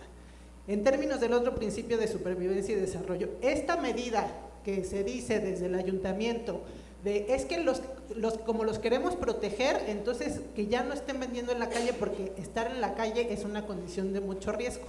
Y entonces esta medida que estamos haciendo de retiro es para protegerles. Efectivamente, ¿cuál es la evidencia, ¿no?, y el seguimiento de esta propuesta que se está haciendo, de que el hecho de que no estén trabajando en la calle va a implicar mejores condiciones para el desarrollo de estas niñas, niños? Para muchas de las niñas y niños que trabajan, el ingreso que obtienen es la diferencia entre ir o no a la escuela, por ejemplo, sobre todo en el caso de las mujeres, ¿no? Que son, pues también como ya lo han platicado los colegas, en términos de género, pues las familias, ¿no?, priorizan a los varones, y entonces en el caso de las niñas, pues muchas de ellas, este ingreso que obtienen es para continuar sus estudios de forma autónoma, porque a lo mejor no van a recibir el dinero de la familia. Entonces aquí es importante ubicar que no es lo mismo trabajo que las condiciones de delito como la explotación laboral o la trata. Y algo que nos sigue costando un montón de trabajo, de hecho justo hoy, ¿no?, hubo una reunión con el ayuntamiento y a ver cómo nos fue, pero de poner que el punto en común tienen que ser los derechos de la niñez. O sea, no importa si las niñas, niños son indígenas, son trabajadores, tienen alguna discapacidad, o sea, eso al final son niñas, niños que tienen derechos. Entonces, en la medida en que concebimos el problema, que no es que trabajen, sino es que sus derechos a la salud, a la educación, a la protección contra todas las formas de trabajo, digamos, los relacionados con la supervivencia, ¿no?, la vivienda, la familia, o sea, si todos esos derechos están vulnerados, entonces nuestro trabajo y lo que le tenemos que hacer, entender, convencer a las autoridades, es que ahí es donde tenemos que trabajar, en generar esas condiciones para que de a poquito estas niñas y niños tengan un mejor acceso a sus derechos, no que dejen de trabajar, esa no es el objetivo, sino que puedan disfrutar de sus derechos humanos. Gracias, Jennifer. Sin duda, digamos, es seguir haciendo un tema de debate, además global, y creo que yo me sumo al planteo que el tema, ayer recuerda que yo les hablaba que tenemos que empezar a dejar de trabajar sobre estigmas o condiciones y a pensar en la persona, y desde la persona, un poco lo que plantea Jennifer, comenzar a definir en nuestra forma de interacción o articulación. Lamentablemente la situación de económica desigualdad, en el caso mexicano 4.7 millones de niños y niñas en pobreza extrema, hará inevitable la presencia de actividad económica en niños, niñas y adolescentes. En tanto logramos que eso cambie, como decía Pepe, en tanto aprende la nueva administración, que será seguramente en unos 12 años, 15, tenemos que trabajar con ellos y con ellas desde un principio de realidad. Paola y Martín, bueno, para las distintas preguntas que se hicieron, por favor. Bueno, yo nada más abonar brevemente al tema de la importancia y la complejidad que tiene ir nombrando de manera distinta. Y por ejemplo, yo lo pienso en el tema de las personas jóvenes, como el hecho de nombrarles personas jóvenes cambia como totalmente el paradigma, porque ya le quitamos toda esta investidura que tienen los jóvenes de que no tienen capacidad, incluso biológica, para decidir. Porque hay como toda una idea de que su cerebro todavía no está desarrollado y entonces no pueden tomar decisiones sobre su propia vida, ¿no? Entonces esto nos abre otros debates. Por ejemplo, para nosotros en el programa que les comentaba sobre los embarazos no planeados, fue toda una reflexión, porque nosotros al principio le decíamos embarazos no deseados, pero después dijimos, bueno, desde el enfoque de derechos y desde el derecho que tienen como personas jóvenes para decidir sobre su propia vida, pues también pueden decidir que pueden ser padres o que pueden ser madres, y hay que respetar eso.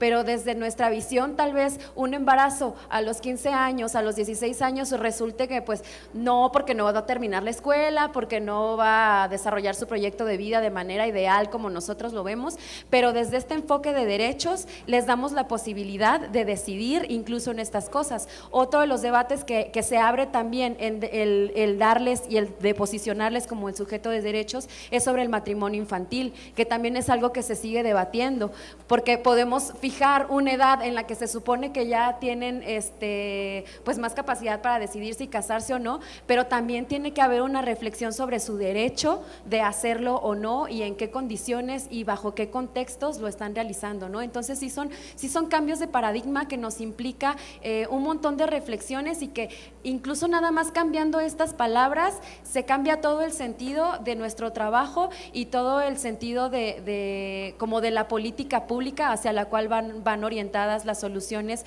para la resolución de estos problemas. Gracias, Paula. Te escuchamos, Martín. Puntualizo un poquito solamente sobre el concepto. Evidentemente, en Codeni, a quienes acompañamos en Proyecto de Vida le llamamos jóvenes en Proyecto de Vida, ¿no? Los y las jóvenes. Se requiere hacer mucho todavía, al menos en la parte de Jalisco, en ese sentido. Hemos descubierto en estos años que como Codeni solos no podemos hacer mucho. Requerimos trabajar en alianza, requerimos trabajar en red porque pues tenemos un poco más de presencia, ¿no? Hay mucho que trabajar todavía en conjunto con los CIPINAS, con el CIPINA estatal precisamente. Sí, hay una labor de sensibilización tremenda que no se ha hecho, que requiere hacerse todo el tiempo con los cambios constantes que se vienen dando, ¿no? Entonces ahí hay una tarea grande para todas las organizaciones de Jalisco, el trabajar en bloque y poder llegar en ese sentido y que la experiencia que está de este lado sea pues realmente valorada, ¿no? No vamos a decirles cómo hacer. Solo vamos a aportar lo que hemos aprendido en el camino y ojalá y pueda ser escuchado en su momento. Ese sería el aporte que hago en ese sentido. En el segundo, en el asunto del modelo, bueno, es todo un tema, es todo un tema. Voy a hacer lo más concreto posible porque nos podríamos pasar semanas hablando de ese punto, ¿no? Cuando llegué a Codeni ya existían como los principios, las bases y eran muy firmes en relación al enfoque de derechos. Codeni así nació con un fuerte enfoque en la parte de defensoría, que incluso había un área que se llamaba, ¿no?, defensoría para niños, niñas y adolescentes. Con el tiempo pues se fue afinando, pero también no se fue sistematizando. Lo que hicimos en su momento fue todo un proceso de sistematización que a un servidor pues le tocó vivirlo, ¿no? Y agradezco que esa experiencia haya estado en mi vida porque me construyó en muchos sentidos.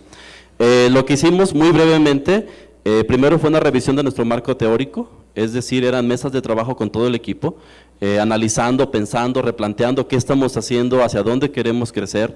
En esas mesas incluíamos algunos adolescentes, niños, niñas y adolescentes, a padres de familia les pedíamos que se sumaran a las mesas porque no podría ser solo una función nuestra, ¿no? Por ahí había una estrategia que usábamos, era el World Café, que incluía todo esto, ¿no? El trabajar en conjunto con ellos y con ellas, el empezar a rescatar todos esos conceptos. Después de tener esa información empezamos a reconstruir ese marco teórico metodológico, a decidir, ¿no?, cómo es que íbamos a incorporar lo que ellos y ellas esperaban y lo que nosotros queríamos. Después de esto vino todo un replanteamiento, proceso de alineación de todo el misión, visión, objetivo general específico, pero para eso tuvimos que ver una por una cada una de nuestras planeaciones de proyectos, literal. Fue todo un año de trabajo, fue muy complejo, en el que nos reuníamos una vez a la semana, casi 4 o 5 horas, a revisar desde arriba hasta abajo, que realmente hubiera un proceso de alineación. En el camino nos dimos cuenta de que había actividades muy bonitas, que había actividades que nos encantaban, pero que no estaban cumpliendo con el enfoque y que a los niños, niñas y adolescentes tampoco les interesaban y hubo que hacerlas a un lado. ¿Por qué? Porque no estábamos en ese proceso de alineación. Le sumamos a esto la parte compleja de definir indicadores de proceso, de impacto, el resultado, la meta y demás, y eso nos llevó fácilmente como un año. Después de esa etapa vino la parte de sociabilización. Ya lo tenemos, ya lo trabajamos, ya estamos invitando a niños, niñas y adolescentes, ahora hay que regresarlo y echarlo a andar y ver si realmente funciona en la marcha. Y ahí es donde empezamos a aprender, ahí es donde empezamos a descubrir con ellos y con ellas qué detalles había que afinar, qué estrategias, qué líneas había que empezar a modificar, qué metas teníamos que replantear y sobre todo descubrir que esta meta es realmente flexible. Y que en cada actividad que se realice en Codeni requiere ver un para qué derecho está trabajando o está descubriendo este niño, niña o adolescente, que quede muy claro el objetivo, ¿no?, el para qué esta actividad y cómo va a sumar a su vida. Cada 6 meses en Codeni tenemos el hábito, costumbre, regla institucional de revisar toda nuestra planeación.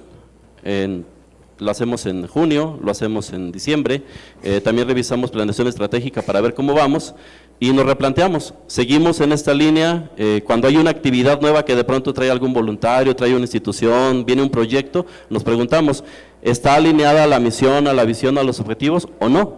Puede ser una actividad hermosa, puede ser una actividad que nos puede catapultar, pero si no está alineada, híjole, entonces no tiene mucho sentido que aparezca ahí. Hay que estar todo el tiempo observando y preguntándoles a ellos y ellas. Por ejemplo, cada fin de semestre tenemos un proceso de evaluación de los participantes, de las participantes hacia Codeni. ellos nos evalúan a nosotros y ellos nos hablan de cada uno de los espacios que nosotros les presentamos y nos indican qué les funcionó, qué no les funcionó. Cuando estamos replanteando la planeación tenemos 2 pantallas, en una de ellas tenemos las observaciones o hallazgos, como le llamamos, de ellos y ellas, y en otra tenemos nuestra planeación. Y entonces vamos revisando que lo que ellos y ellas propusieron realmente esté representado y en qué línea corresponde. Nos han pedido cosas que es imposible tener, digo, no vamos a poner una alberca en el patio, ¿verdad? Obviamente, pero hay situaciones que ellos sí nos indican, quiero más tiempo en ese ejercicio, ya no quiero que se enfoquen tanto en esta parte de tareas, ya quiero que trabajen en este taller, me urge que trabajen en esta parte de música, es importante escucharles. Y también tenemos en ese sentido un apoyo del Consejo, que es una fortaleza. Consejo verifica que realmente hayamos incluido lo que ellos y ellas propusieron. Si no está en la planeación, lo regresan. Así tal cual. Entonces, en ese sentido es una fortaleza para Codeni que el Consejo nos pueda apoyar. Hay muchas áreas de oportunidad, sí, bastantes. Podría pasar horas mencionando lo que nos falta por hacer. Creo que es más lo que nos falta por hacer que lo que estamos haciendo. Entonces, ese sería como un poquito de lo que puedo compartir y espero que quede de luz. Muchas gracias. Bueno, agradecer a Martín, a Paola, a Jennifer este tiempo, su experiencia. Como notarán, esto habla de varios años de trabajo, de reflexión personal. Quienes ya de ustedes estén en este camino seguramente tendrán mucho que compartir. Yo les animo, digamos, un poco cerrando, a 3 elementos que se pregunten de manera cotidiana con estos lentes que hemos insistido. Y el primero es recordarse todo el tiempo que los niños, niñas y adolescentes son personas. Esto parece un absurdo, pero tenemos que recordarlo todo el tiempo porque significa que son personas que deciden sobre su vida, sobre su cuerpo, sobre su proyecto de futuro.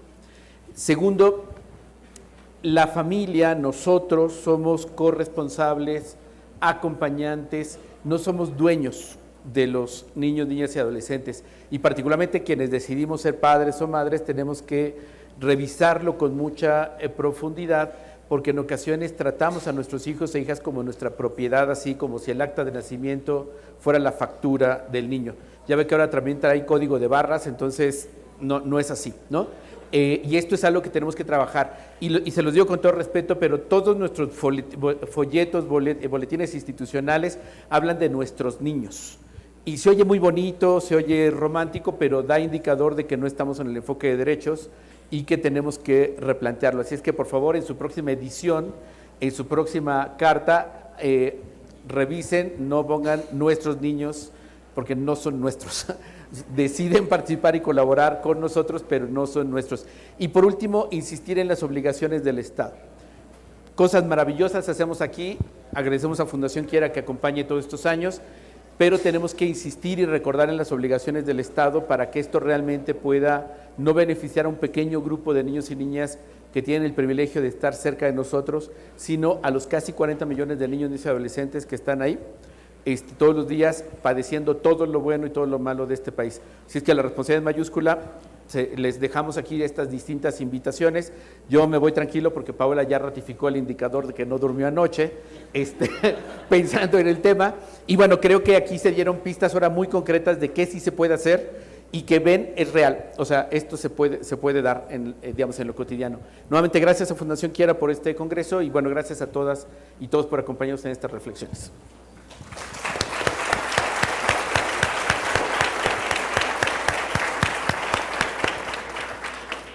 Solicitamos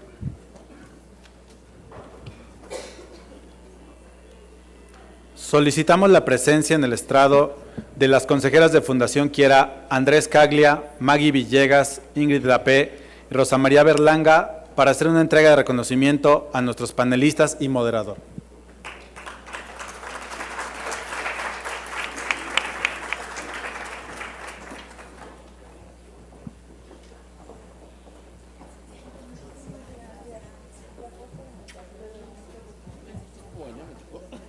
¿Seremos muy sabios? Mucho más, seguro.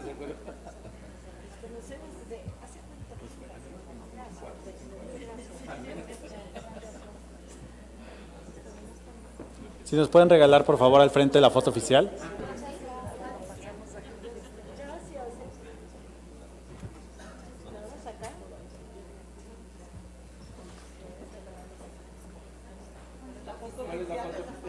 Todas son oficiales.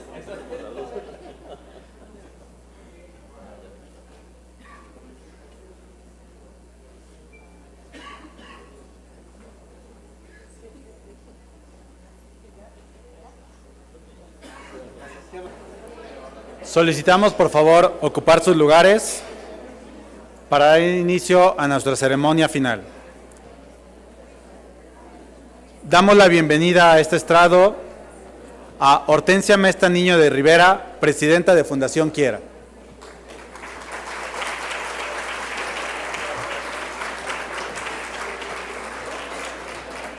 Le acompaña Carmela Pires, directora de Fundación Quiera.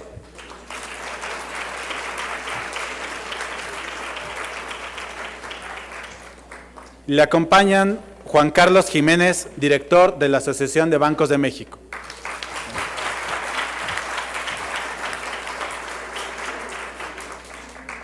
A continuación, presenciaremos un video Memoria de este Congreso Quiera 19.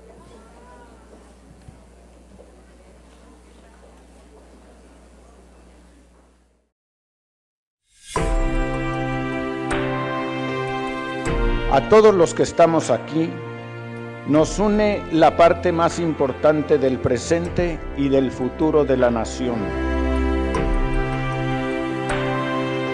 El núcleo que sostiene a nuestra sociedad es la familia. Deseo fervientemente que este primer congreso de Quiera les permita compartir conocimientos y experiencias con los mejores expertos y profesionales en la materia y que juntos, todos los participantes, salgamos enriquecidos.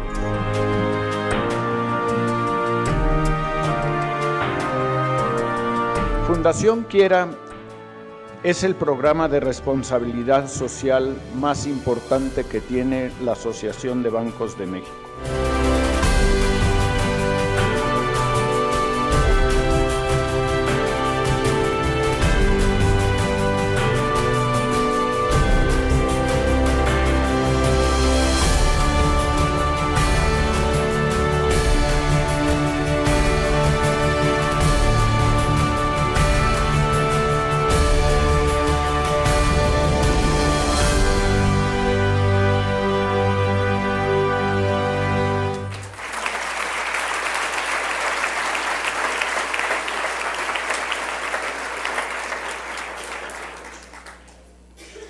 Ahora solicito la presencia en el estrado de Juan Carlos Jiménez, director de la Asociación de Bancos de México, para que nos comparta unas palabras.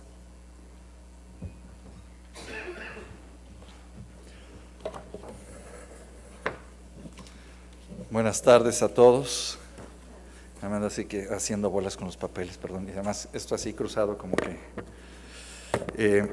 bueno, pues antes de iniciar con mi mensaje, quiero decir que en esta ocasión lo haré en primera persona del plural. Lo voy a hacer por varias razones. La primera, porque creo mucho en lo que hacemos. Segundo, porque Quiera es la ABM y la ABM es Quiera.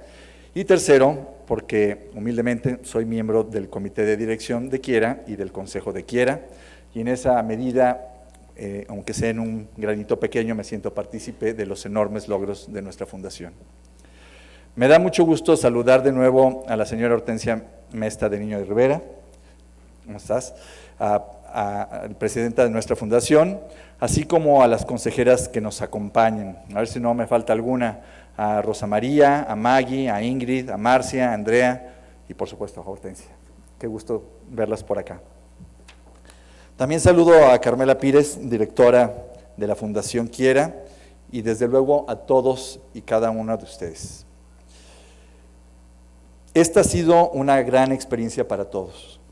El haber participado en el primer Congreso Quiera nos ha permitido crecer juntos, ampliar nuestros conocimientos, fortalecer los vínculos entre instituciones para aprender unos de otros y encontrar vías de colaboración.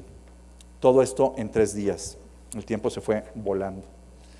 Debemos sentirnos muy orgullosos y felices de formar parte de una iniciativa como lo es Quiera, porque en sus poco más de 25 años hemos logrado literalmente transformar la vida de 300,000 personas, de 300,000 niños, de 300,000 jóvenes. Imagínense lo que es eso. Desde luego, todo gracias al apoyo de todos ustedes. Esto solo es posible con un esfuerzo colectivo del que todos formamos parte. En Quiera nos mueven los niños, nos mueven los jóvenes que están en riesgo de situación de calle. El saber que debemos hacer más para sumar a más beneficiarios y darles una oportunidad que les permita aspirar a un mejor futuro, a tener, en síntesis, un mejor destino. En Quiera nos motivan también ustedes, mujeres y hombres, comprometidos con causas tan necesarias que han dedicado, estoy seguro, su vida a velar por la población más vulnerable. Hombres y mujeres con grandes corazones, apasionados y dispuestos a dar todo lo que tienen e incluso un poco más. A Quiera la conducimos un grupo de mujeres y hombres comprometidos con la sociedad, sus consejeras, sus consejeros. Tenemos la determinación de hacer que la Fundación trabaje con más instituciones. A Quiera lo operan un extraordinario grupo de profesionistas, quienes son el vínculo permanente con ustedes y sus organizaciones. Este primer Congreso Quiera representa un paso muy importante en la historia de la Fundación, porque marca un antes y un después de su quehacer para fortalecer las instituciones con las que trabajamos. También lo es porque se agregaron temas fundamentales en la agenda de atención a los niños y jóvenes en situación de calle. En primer lugar, creo que es muy importante dejar claro que estos chavos, estos niños, tienen derechos y hay que garantizarlos y procurarles estos. En segundo lugar, tener muy en cuenta que en las intervenciones que hagamos con ellos, se les debe destacar la fortaleza interna, separarlos de sus problemas, decir, tú estás viviendo una situación, pero eso no te define. Tú tienes una posibilidad de salir adelante, con dignidad, que es un elemento fundamental para seguir adelante. Y finalmente, para aprender a construir ambientes de paz. Qué importante en un país con tantos retos, con tanta violencia, enseñarle a chavos, a niños, que probablemente la única situación que conozcan sea la violencia, enseñarles a cómo vivir y hacer entornos de paz, propiciar su desarrollo y contar con herramientas que ayuden a una solución no violenta a los conflictos. Qué fácil se dice, qué reto tan grande. Señoras y señores, como ustedes saben, Quiera es la fundación de los bancos que operan en México y tiene la peculiaridad de ser una iniciativa de todos los bancos que contribuyen para sostener a una organización tan necesaria para el país. Es un ejemplo de cómo temas socialmente apreciados pueden llevar a empresas que compiten entre sí en el mercado a trabajar juntas y dejar de lado el negocio. Siguen compitiendo en el mercado, pero en un tema como este se hacen al lado los intereses y trabajamos por esta causa. La historia de Quiera es la suma de muchas voluntades, de muchos propósitos, de profundos sueños y anhelos para que el bienestar, el afecto y la comprensión abracen a estos niños, a estos jóvenes en situaciones vulnerables. Quiera es la historia de una lucha cotidiana para dignificar la vida de un segmento de nuestra población que se caracteriza por su fragilidad. Ustedes, al igual que nosotros, no hemos cerrado los ojos ante estos retos de estos niños y de estos jóvenes. Muy por el contrario, hemos extendido nuestras manos, hemos abierto nuestros corazones para que la vida les sonría y lleguen a ser lo más felices posibles. En nombre de los bancos asociados, quiero felicitar muy sinceramente al Consejo de la Fundación por su acompañamiento, por su consejo y por la dirección en la organización de este gran evento, de forma particular a su presidenta, Hortensia. Gracias al profesional equipo de Quiera, encabezado por Carmela Pires, por el gran trabajo hecho y que sabemos que seguirán haciendo siempre. Gracias a Carla, a Osvaldo, a Fabiola, a Mónica, a Mildred, a Mariana, a Margarita y Jorge. Pocas personas para tanto trabajo. Debemos sentirnos, perdónenme, creo que ya me confundí con los papeles. Aquí está. Gracias, ya me voy a echar el rollo otra vez. Gracias a todos ustedes, amigas y amigos de Quiera, por el entusiasmo e interés con el que participaron en este congreso.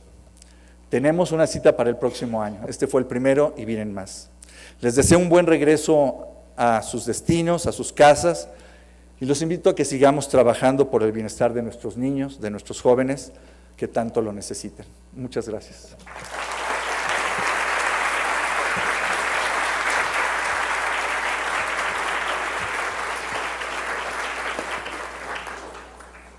Muchas gracias por tus palabras, Juan Carlos.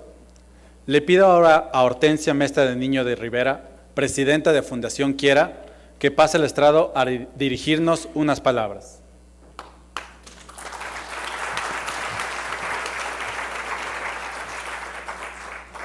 Hola, buenas tardes. La presencia de todos ustedes aquí indica su interés y curiosidad por conocer los avances y nuevas metodologías para ayudar a los niños y jóvenes vulnerables.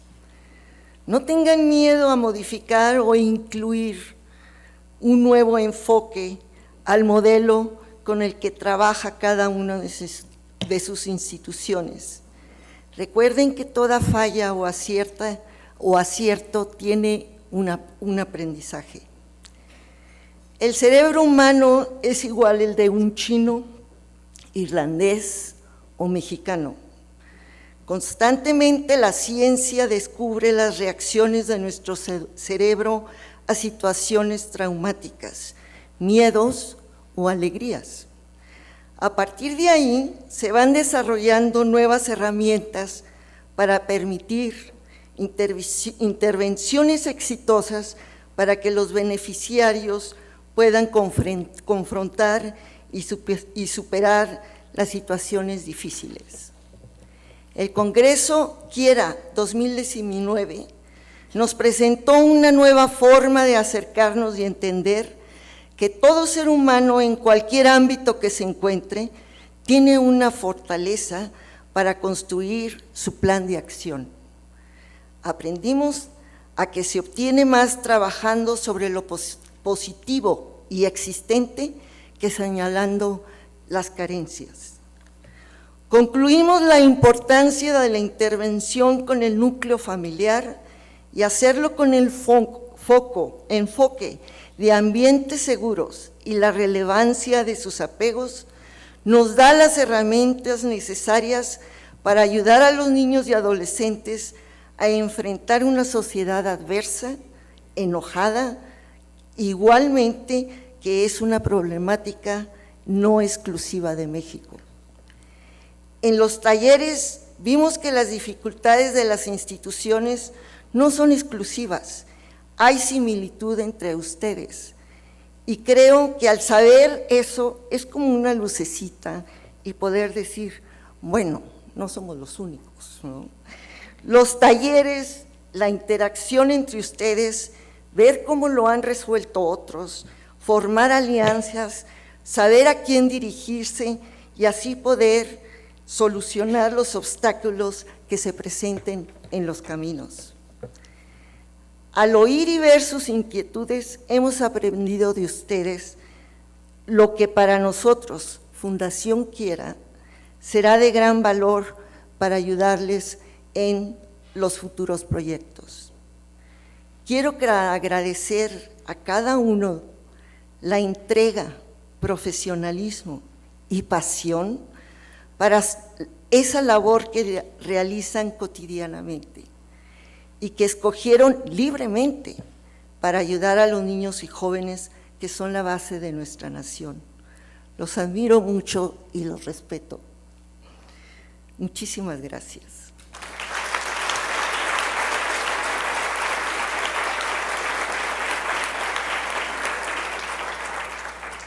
Quiero agradecer a la Redim por la transmisión en vivo de todo el Congreso en su canal derechosinfancia.tv.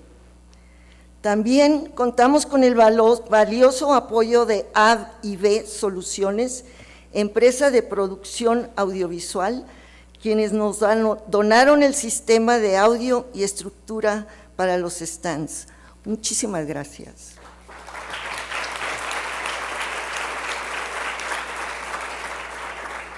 Nuestro profundo reconocimiento al Club de Banqueros con su extraordinario servicio de verdad siempre ha sido muy bueno.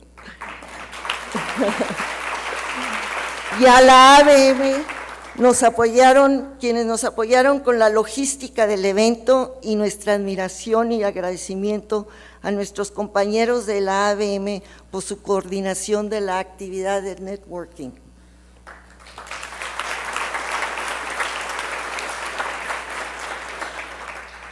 Agradezco a los voluntarios lindísimos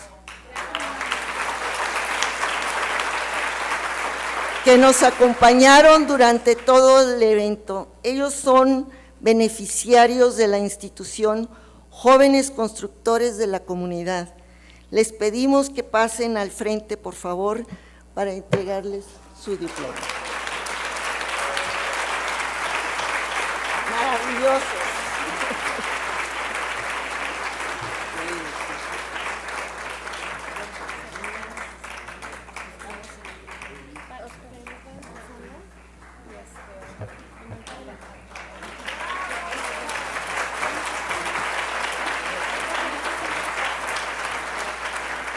Yo no me sé los nombres. Soy pésima.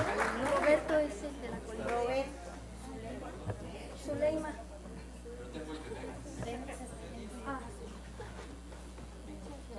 No, hombre, a ustedes, de verdad. Muchísimas gracias. Vénganse, abran fuerte.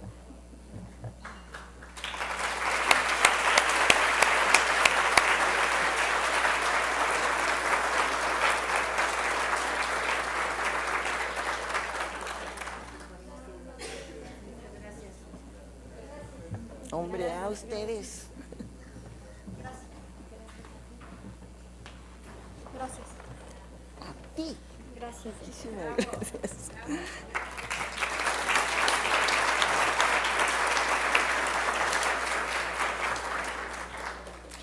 Asimismo, quiero reconocer a Fondo Unido México por habernos apoyado con el tiempo y talento del maestro de ceremonias, Mauricio Huitrón, quien es el gerente de vinculación e incidencia de dicha institución. ¿Dónde está? Hombre, fabuloso.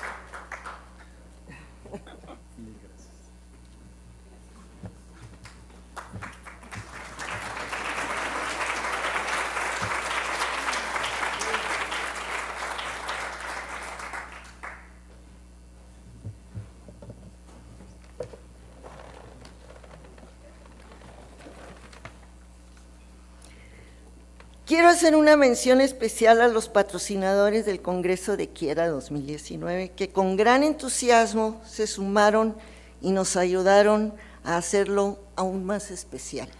Les pido por favor que pasen al frente. Jorge Guevara de American Express.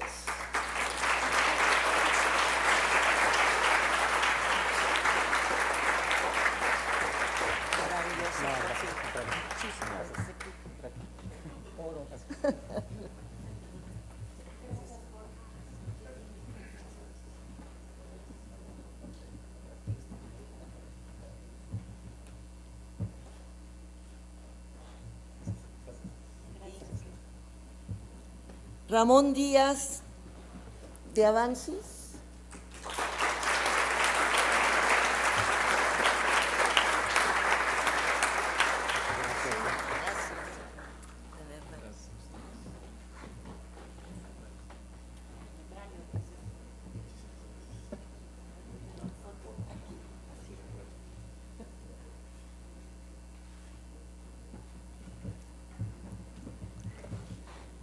Sebastián Ojeda, de Asesores para la Inversión Social.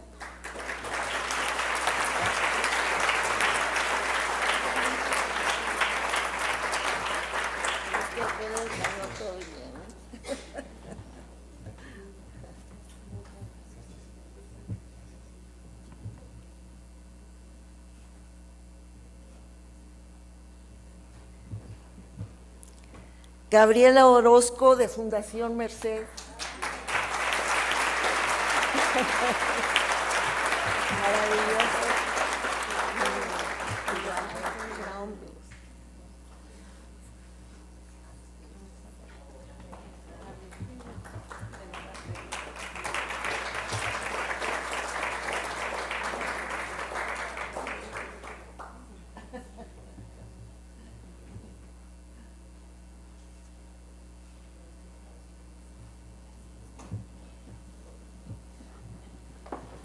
Por último, y no menos importante, quisiéramos las consejeras de Quiera reconocer al gran equipo con Carmela Pires como la directora de su capacidad y liderazgo, a Carla Espinosa como responsable del Congreso,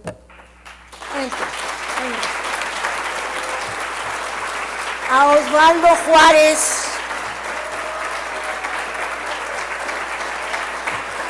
Fabiola Becerra, sí los voy a traer, vénganse, pásenle, Mónica Rojas, claro,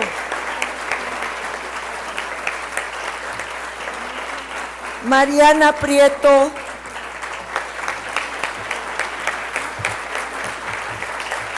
Mildred Bonilla,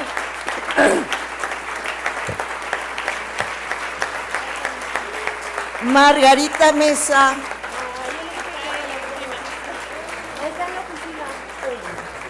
está en la oficina,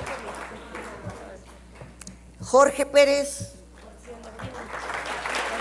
maravilloso muchacho,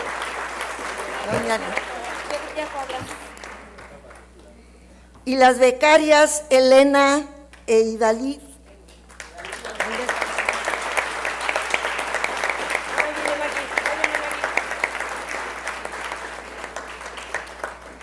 Pues es un equipo que logró con su gran labor y extraordinaria logística un exitoso congreso que ha sido dinámico, ágil, constructivo y revelador.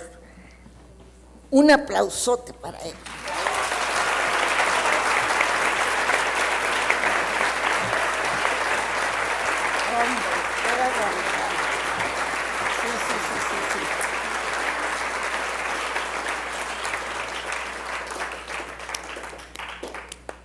De verdad. Y ahora los espero en 2020.